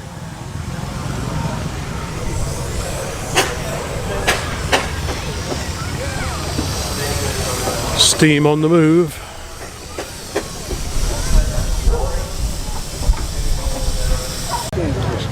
There's these fantastic little miniature lorries. Got the Vulcan. They were built up in Southport, the real lorries. The Guy Vixen, complete with the original Guy mascot on it. That's neat. Scammell. And another Scammell over here. Here's the Sentinel. Amazing, very distinctive looking lorries these are. These were built in Shrewsbury. The Sentinel works are still there. For many years Sentinel produced steam lorries before, like everyone else, switching eventually to diesel power.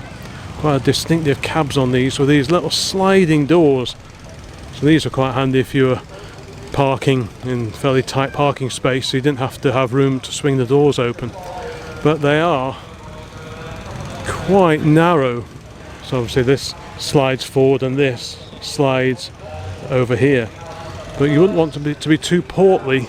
You wouldn't want to have too many truckers' caff all day breakfast type meals if you're going to be driving one of these, because it's probably a little bit tight to get in and out. Let's just have a quick look around here as well. Yeah, you don't want to be too solid of frame if you're clambering in and out of here regularly. Obviously you sort of clamber up on the wheel, up on here, and then clamber in to the cab over there. But yeah, very rare survivor. And a reminder of Shrewsbury's lorry building past. Who doesn't love a good classic lorry? A pair of Leylands here, both Leyland Beavers in fact. This one hiding living accommodation on the back, this one a flatbed. Just imagine driving these back in the 1950s, the old greasy spoon cafes, driving overnight, draining the water off in the winter months so that the block didn't freeze overnight, because antifreeze wasn't always used in those days. And this very stylish cab on this Foden, lovely curvy cab. Lots of the immediate post-war cabs were just like the pre-war cabs, very square wooden framed affairs, but this one is really quite stylish. I do like that a lot. Topped off with some glorious old sign writing, which we approve of course.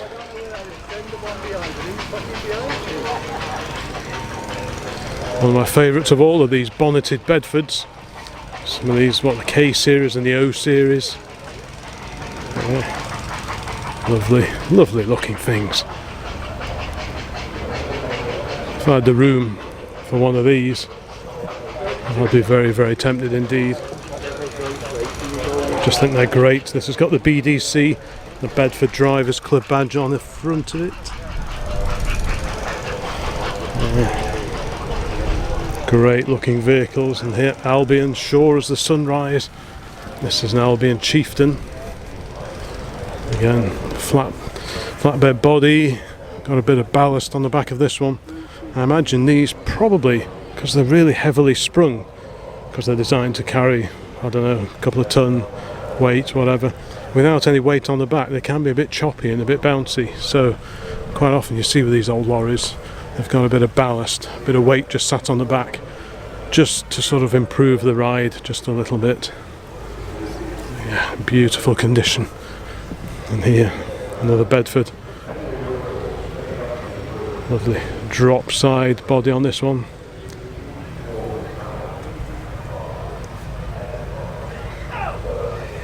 Great paintwork on it. Lovely styling.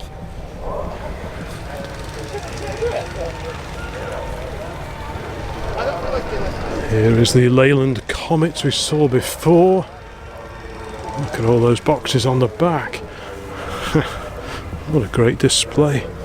Old beer cases and barrels.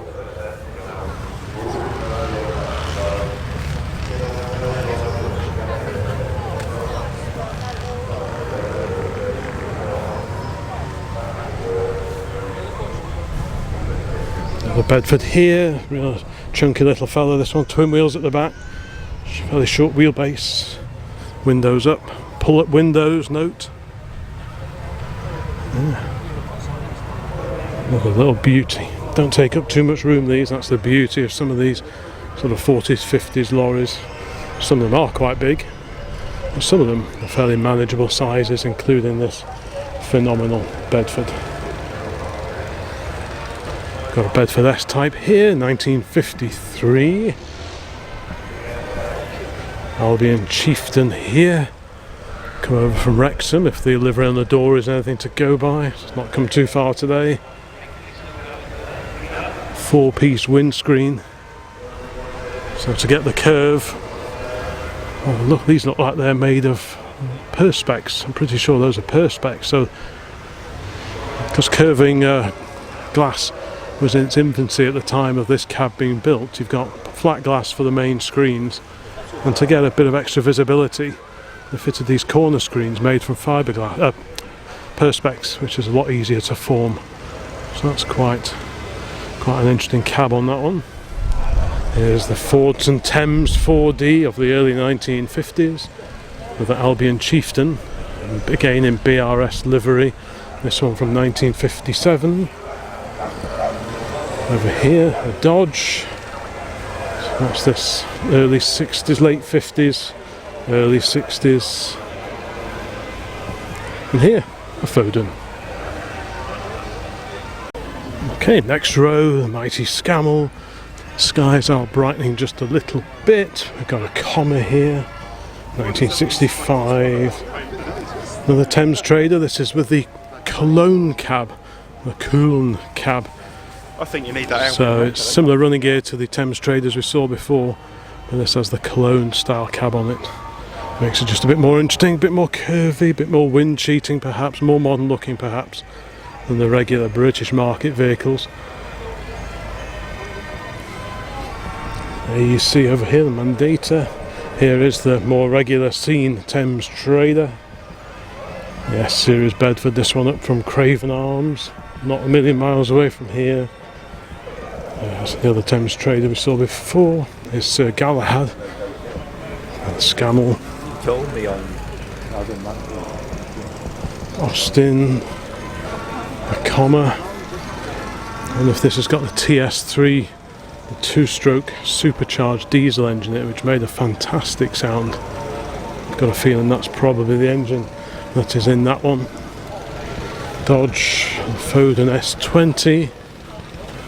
Saw this one at the Anything Goes evening meets just a month or two back. And on the end here, oh, the Thames Trader. Thames Trader on the end of this next row. There's that comma horse box. Got some later lorries over there. We'll have a look, shufty at those in a bit. There's the comma ERF. The Ford D series. This was Ford's rival to the Bedford TK. Of course, these had tilting cabs, whereas the TK did not. We've got an Albion here with the LAD cab on it. There's that Sedan diesel, quite a rare beast. Some photos of it before and during restoration.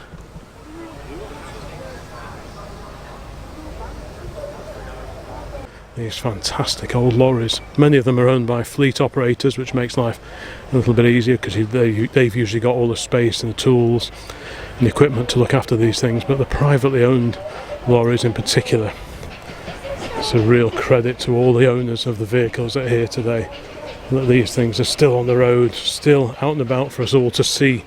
That shows these classic events. And this is a great little carrier. Carrier was another Roots Group mark. These were based on the earlier commas. This is quite late actually, early 70s, the registration, about 1971 I guess, this little flatbed. Very appealing little vehicle. I once found an old bin lorry, one of these, like a little refuse wagon. And I was very tempted to try and rescue it, but it never happened. And if it's still there, we've got a Bedford TK here. The Guy, Big J, make that 2. The fiberglass cabs. Big Scania, and over here, another Bedford TK. This is the Leyland Steer. Steer because, well, twin steering axles.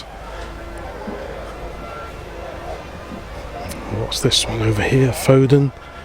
Again, very curvy cab on this Foden. I like that kind of thing. Big old recovery vehicle here.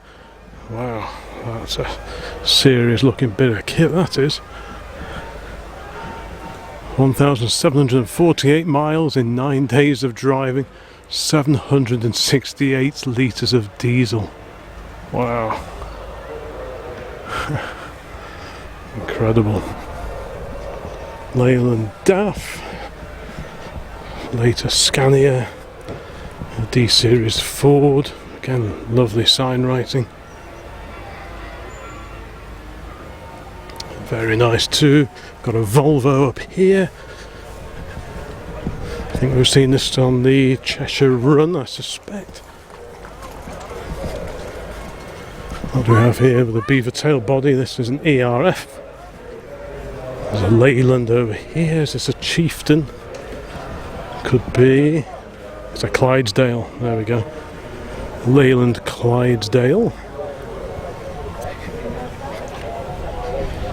Flat-fronted ERF. Another classic Leyland, another Clydesdale. And a Dodge here on the end. Next row we have a Leyland Super Comet with the LAD cab on it. Beautiful condition. Albion here with the ergomatic cab. A Leyland Reaver. So I've just been looking at a couple of Clydesdales. This is the Reaver. Late 70s, that one.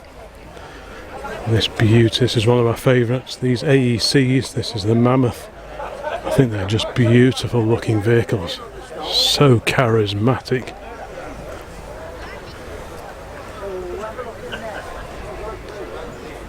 Yeah, that's just incredible. It's got a 1953 replica tax disc in the window. A commercial operator's licence alongside that. You've got the radiator muffle cover here, so you drop that down in the winter to get the engine temps up on a cold morning, and then roll it back up again once you're up to temperature. Here we've got a slightly later Mammoth Major, much curvier cab by this point in time. Another Foden with a Mickey Mouse cab. Real heavy, chunky looking old fella, that one.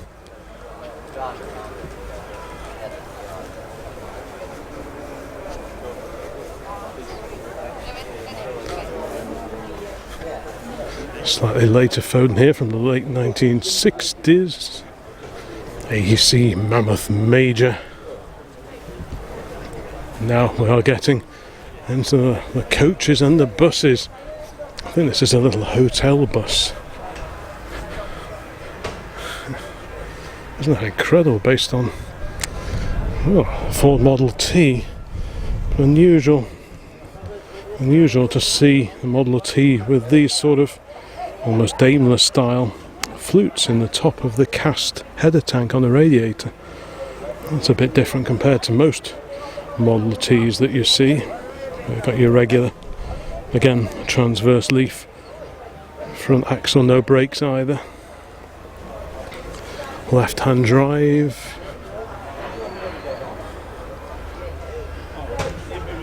A bit more weather protection than some of these vehicles we've looked at today. I'm thinking of that white in particular.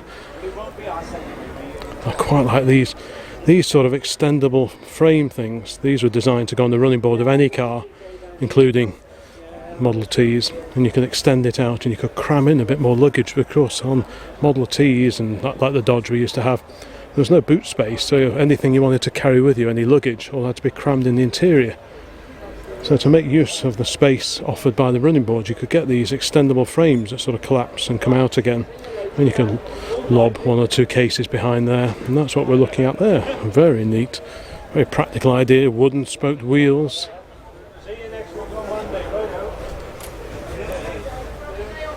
And isn't this just fantastic?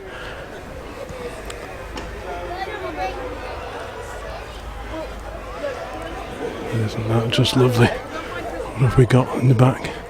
Seating along either side. Just wonderful. Both two very rare examples of the Ford Model T.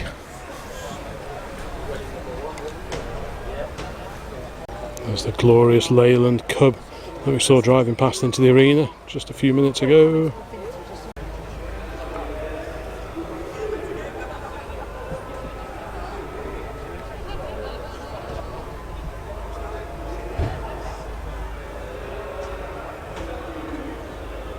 They're back in the yard, but in a, you know, where you this was all back, didn't they?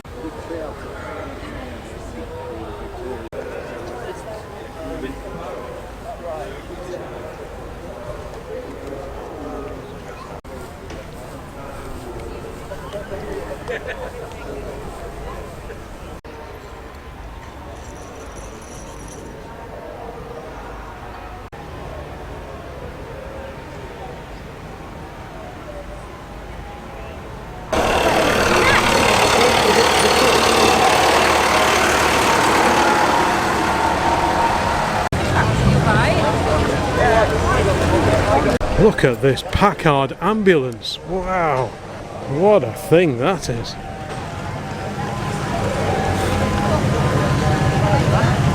(1941) Packard.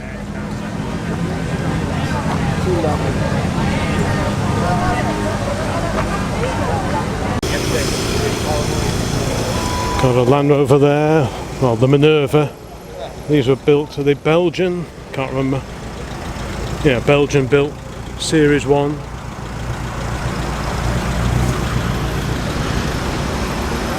It's an AEC just heading out, an AEC gun tractor with gun behind it. Looks like they're coming down here, which is good news. It looks like an AEC Matador.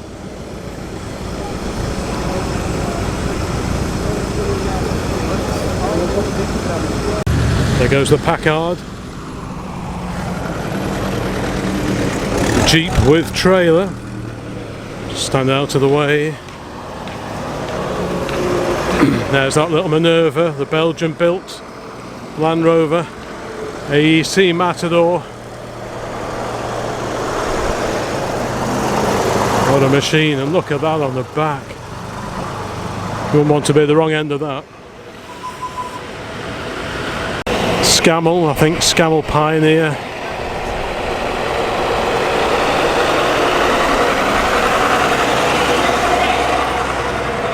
Wartime Guy. No, Fordson. Little Fordson there. Was that a Daimler? Daimler Ferret perhaps? A little scout car. Another enormous scamel here.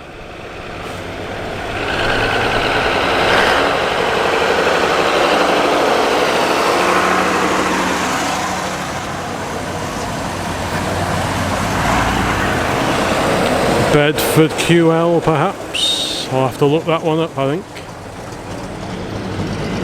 What's this? Is this a Simca or a Marmon perhaps? Not sure on that one.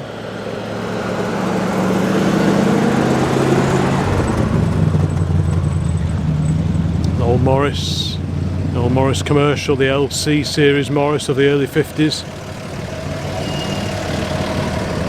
The Humber. Huge, about 4 litre petrol engine in those. Run that past you.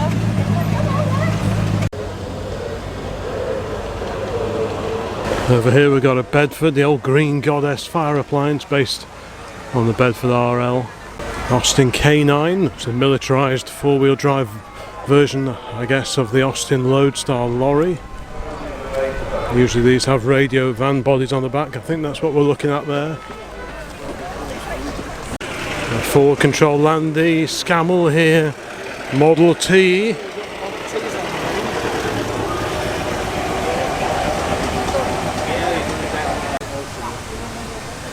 Military vehicles everywhere you look along here.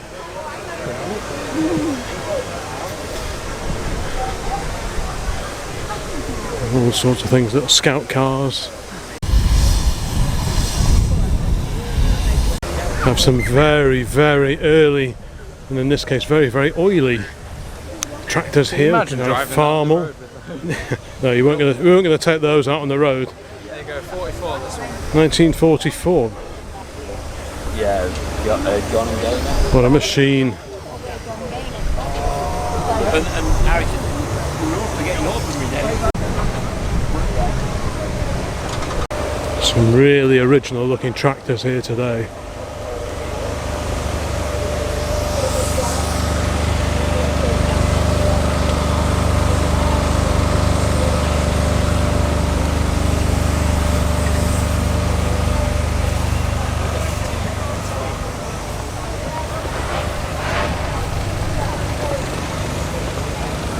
My youthful assistant has found some fine tins, all on display, not for sale sadly.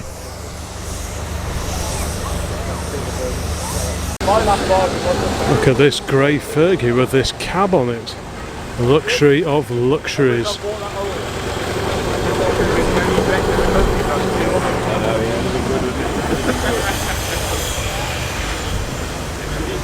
Of course, after the war, aluminium was still in plentiful supply. So lots of caravans and specials, that kind of thing, were all built using aluminium. And in this case, this particularly stylish cab designed with the grey Fergie tractor in mind, presumably in the late 40s, early 1950s. This is a linseed, do you think? Linseed. And over in this corner of the display area, we have vintage ploughing. All sorts of implements on display here. Combine harvesters. Look at this fantastic John Deere. That's a chunky little fella.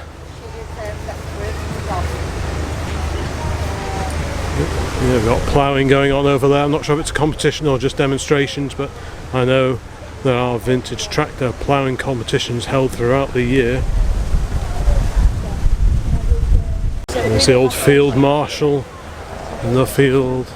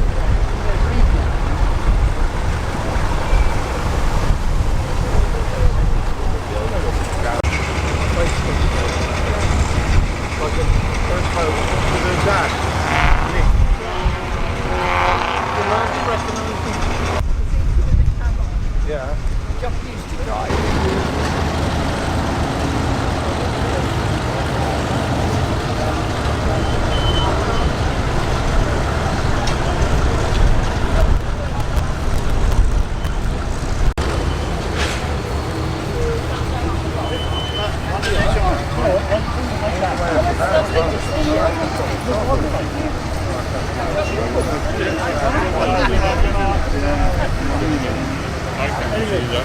right, on the left, yeah.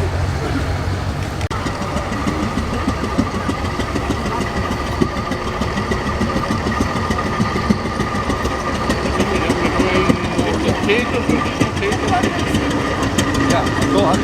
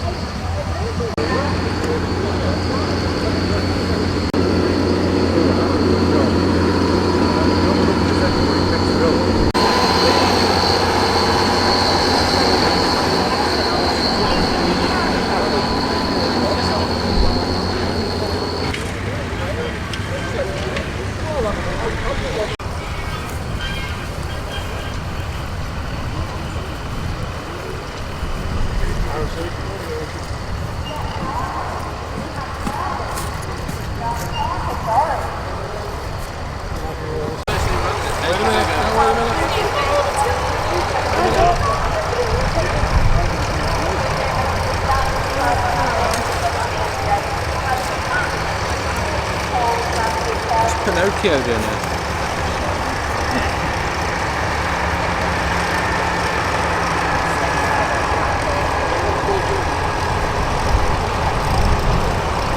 The tractor pulling over here is proving very, very popular.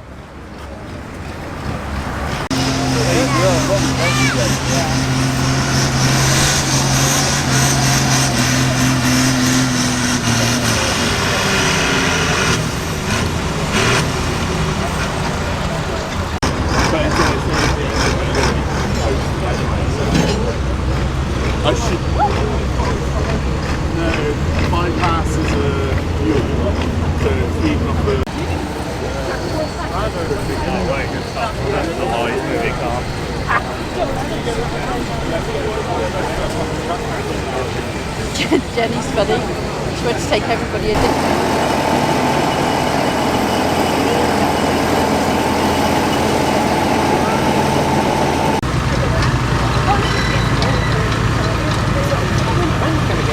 Norton power for this Carterson Master Light tractor.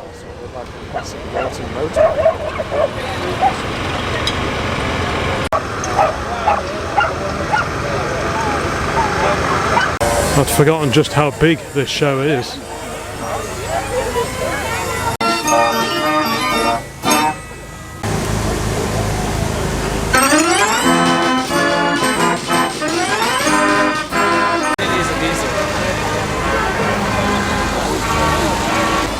Just pondering what this is.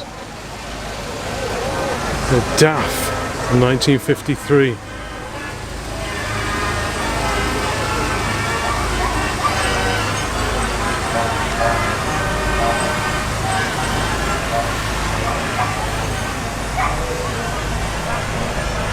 Yeah, you see he's back in the military vehicle parking area.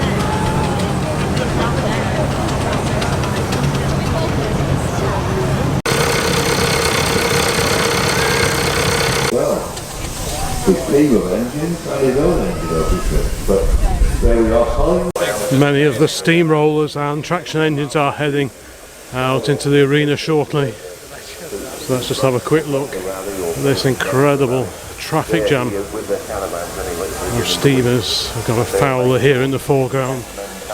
Incredible. Just as pieces of engineering, they are just spectacular machines. A couple more Fowlers here. Proper engineering.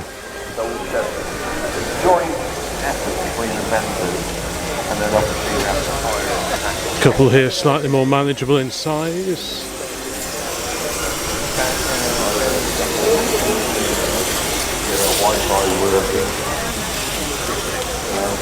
The Burrell traction engine. Another one over there.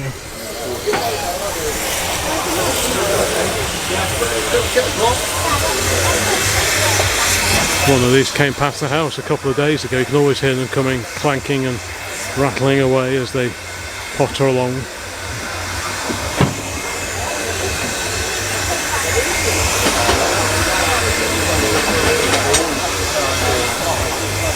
Huge chain operated steering on these. Fowler on the right. The Wallace traction engine here on the left. Basingstoke.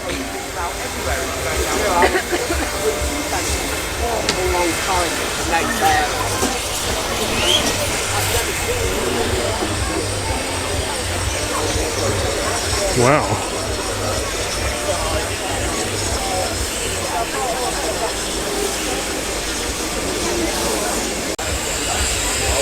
Let's carry on our little look along here. We've got the Burrell, Foster, Aveling and Porter. Got a Stanley steam car from America. Burrell, many more over the way here. Got a Sentinel steam lorry just over the back there, the green one.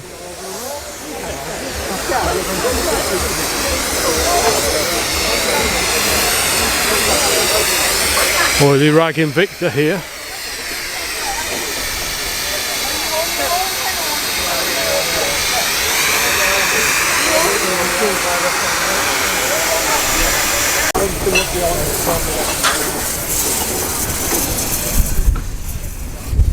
Over here, Sentinels, magnificent Sentinel steam lorries. These are some of my favourite of all the steam vehicles. Well, they probably are the favourite, to be honest. I just think these are incredible looking vehicles. I dread to think what it would cost to actually go and buy one of these and keep it running, boiler certificates, all that kind of thing.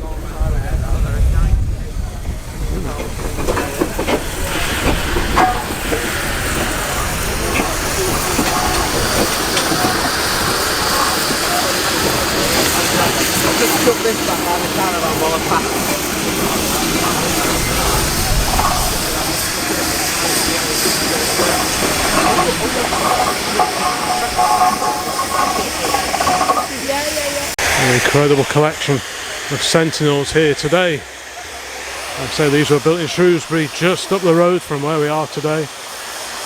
This one in the livery of Ed Billington and Son of Liverpool. What a great assortment of vehicles.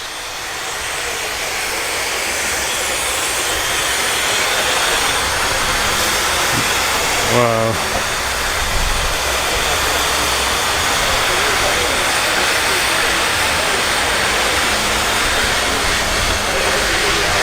I don't think you'd see this many Sentinel steam lorries anywhere else. Possibly the Great Dorset Steam Fair. Well, I'm not sure if that's even on anymore. But, wow.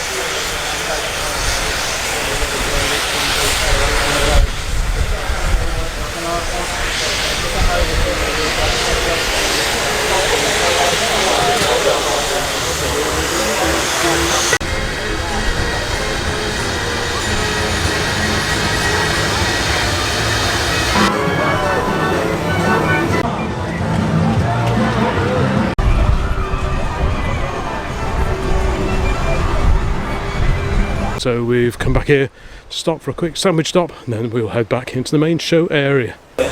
Swap it for my mammoth. No, alright.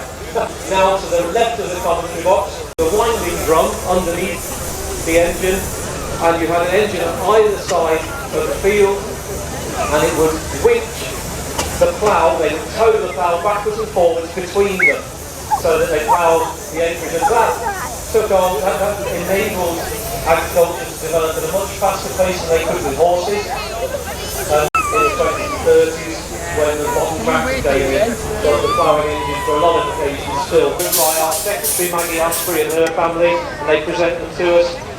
And then the next set of the summer on haulage and sawing and thrashing.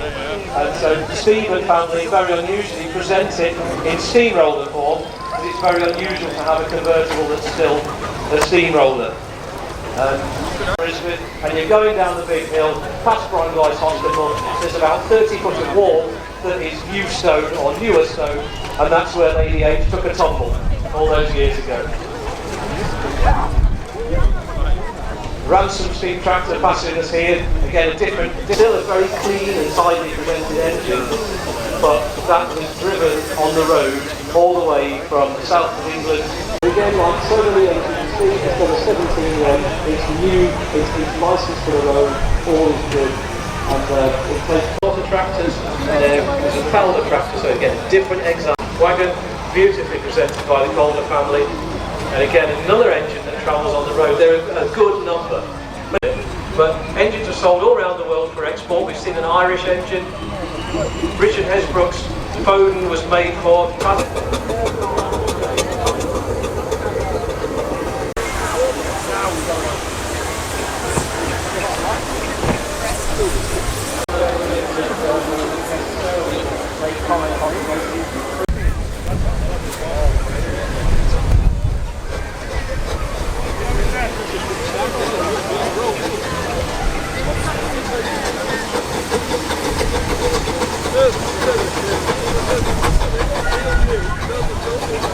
First in the arena from the commercial vehicle section, remember the section 2 there, are 68 vehicles, in other words, tractor units.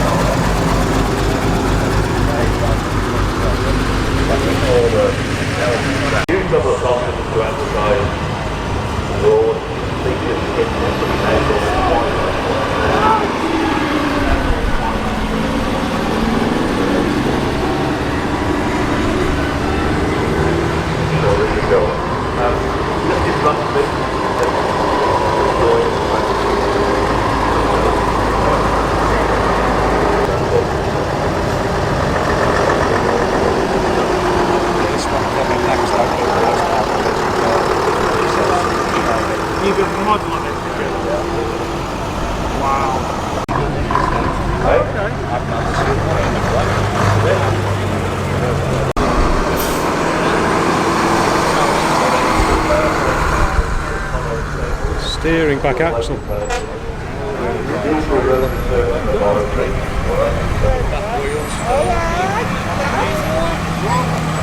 Coal and the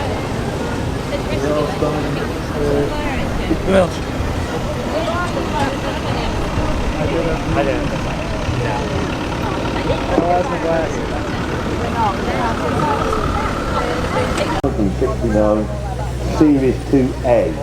Alright, Series 2A. The 1964 F2 fire tender from Brian Jones at KSU, ERF 723B. No series, I remember that. That was one of the popular, I believe. That was World War II parade. And then number 19, Rebecca Turner from Shrewsbury with her Series 3 WF.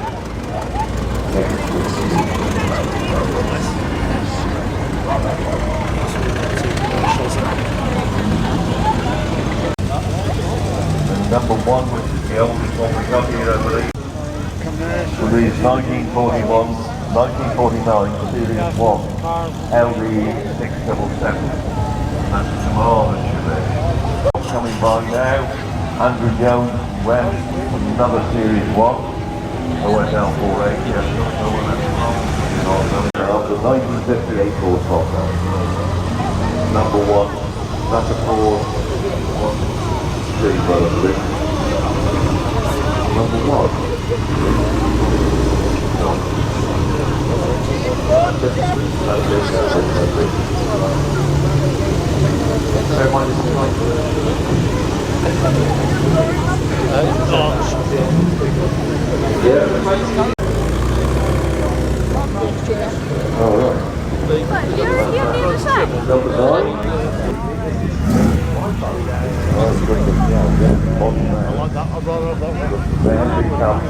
Remember the three-wheel motorcycle. Yeah. The Herald Courier. Built on the house. Yeah? Built on the, what we call the Herald Jack. Yes. We also used to have the largest delivery thing in London. No, we had a Mark 1. Yeah, Mark 1. It's a purple one.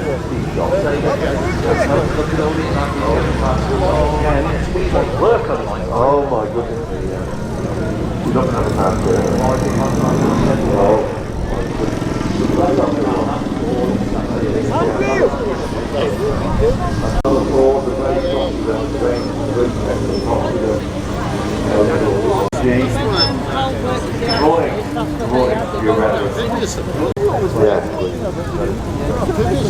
Yeah, they were lovely cars. They're photographs, weren't they? One of these.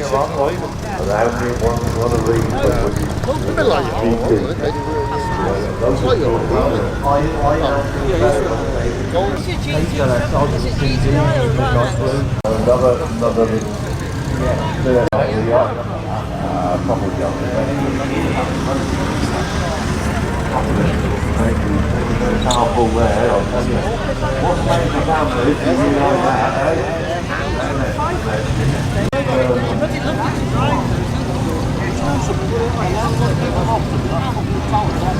These cars, yeah. Fucking watch, you think we should watch it? Yeah, yeah. I used to borrow it, didn't I? Yeah, these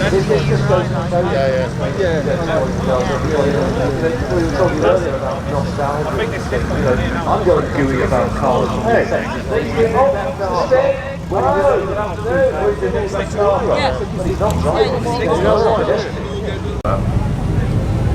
And then the Metropolitan, eh? Yeah. Never sold very many, did they? They're really sold. Different there, VW Type 3. Yeah. There can't be many of those around. No. We used to lock there these times. And there's the local Nickel Rover. And that was one of them done. Then the Volkswagen Beetle, the iconic Beetle. Yeah. That's supposed to be the one out of the film, isn't it? Oh, Herbie, that's right. Yeah. Herbie goes well, that's Herbie. And the Simca are on. Yeah. Lots of happy waving going on. Hi guys, nice to see you.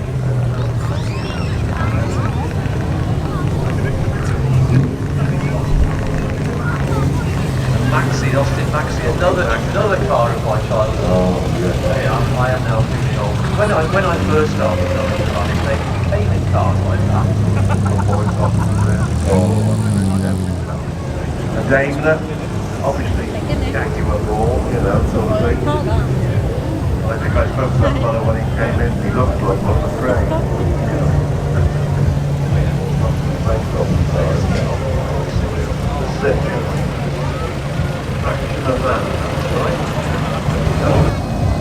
Brought to you today, Colin, for what United Small Family Resources. Morning group trip to South France, well involved here. Captains, especially when it comes on our own in the snowy weather. It's very good in snowy weather. There you go. So a bit about that. So a bit of there we go. Triumph Herald. More happy people in Yes! Another family car. Folding down car. Yes. The little kids in the back, yeah. Not much room in there. Ford Anglia. Ford Anglia, yeah. The two-door. The original version, by the way. My goodness. Volvo 240, now that's spot on. Love it. Yeah. Maybe it's going to have to control for this, hasn't it? Yeah. That's lovely. Proper little racing car. Hi guys. There you go. Yeah, I'd be smiling if I drive Have a nice day. 2 litre of a later model, BUJ on the end. 2.8, I bet that goes. Shropshire, great. Here we go, one of my favourite ones. A Singer Vogue. Yeah. A part of the Roots collection, Humber, Singer. I can't remember the other one anyway. Chipping again? I had a Humber Hall, can't remember that. Humber Scepter, sorry. Oh yeah. Empty, Richard. 1954 split screen boggy. Yeah. Fold down roof, and then motoring and starting comes back Oh, down. yeah, here we go. Look at that. You wave differently to these 1984 people. rolls. Yeah. I say you wave differently to those people from the wrist. From the wrist. 20 grand.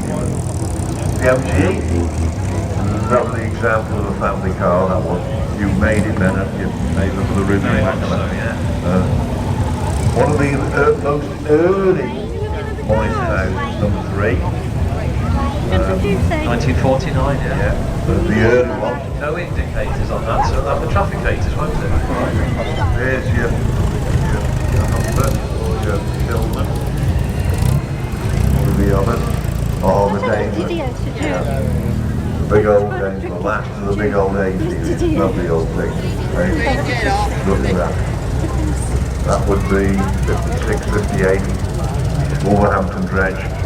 Lovely old Morrison Boggy days. Yes, you can smile. I passed and tested one of them. Here we go. This is Here we go. Rolls Royce Proper jump. So, and they've got the wave. oh, Brilliant. The Princess Boggy. Convertible.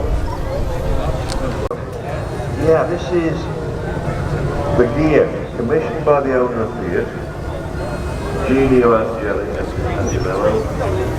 as a runabout who's driving your boots along to the western production. So there you go.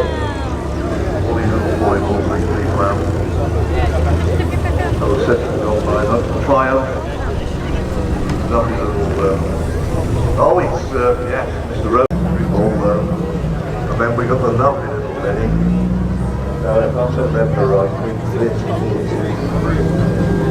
Crossleys, the registered WJ 43. We're getting a bit long in the tooth, but the fifth has got one, that was the end of that. So yeah, nice one there. Midlands registration done the MD.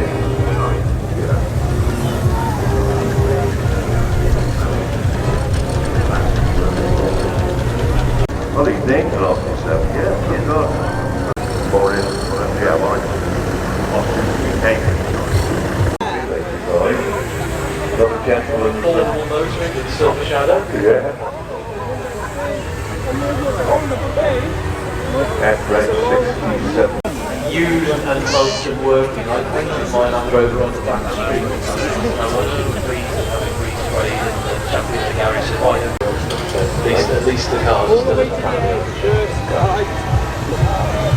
There we go. It works, which is better than mine. Yeah. Actually, mine works, but When I get a license, I start direct competition for each other. Just whatever. And then the early I love it, Pete. Last Friday. again, Chevy panel wagon, same front end as if you notice if it is a grave digger. It's a grave digger's Chevy panel wagon. It's not a bit digger, is it? I'm still trying to work out what his is. Yes. Is it panel wagon back end? No doubt. Very particular.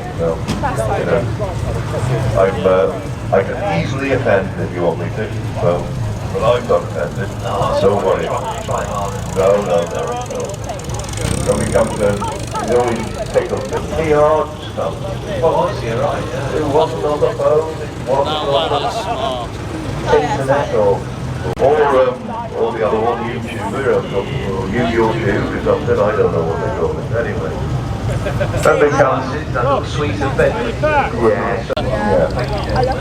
Very good. And of course, the twin-wheeled one, you didn't see many. Oh, yeah, we had one. Not sure, but we'll find it. It was all correct. Yeah, that's where the battery's meant to be. It's just a fucking tuk-tuk. My ship. Come on, Abdul. I can never work out, right? I think he's still... No, I don't think anyone can. He's got about 3/4 of that. He's got about 3/4 of the car one, so it's like a couple. Bring up a bit that one. Doing?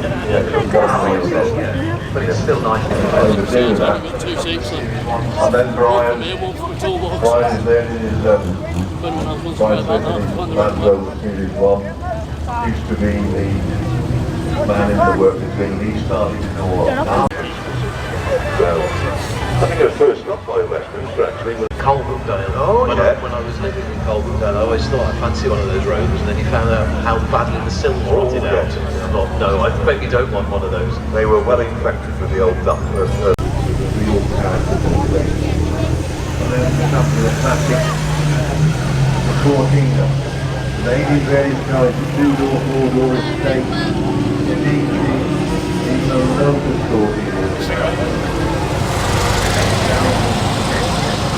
Basic, all there's the choice, that's why it's basic.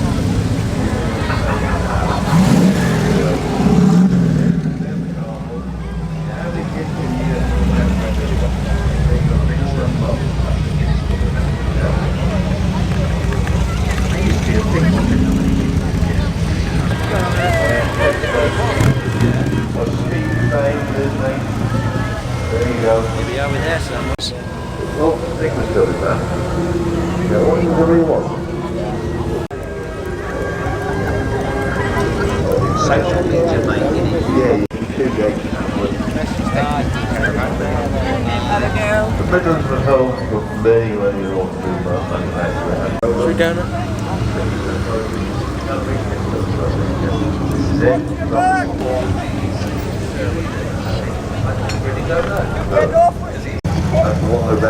Well, it's getting a little bit damp now. The cars are leaving the arena, and I think we've probably seen most of what we're going to see here today at the Shrewsbury Steam Rally down at Onslow Park. There's that lovely little Simca around. So yeah, I think we will start ambling back in the general direction of the Mazda and head back home. So thank you so much for watching this particular video. Please check out the rest of the channel while you're here. Like, comment, subscribe, all that kind of thing. And there'll be many, many more videos along very, very soon. So bye for now. Well, when he was alive, God bless him. EWL 120T, Dyson Morris Minor, whatever it was, November 144L. I think these will be about ready. Someone definitely check the weather forecast before heading out today. Style.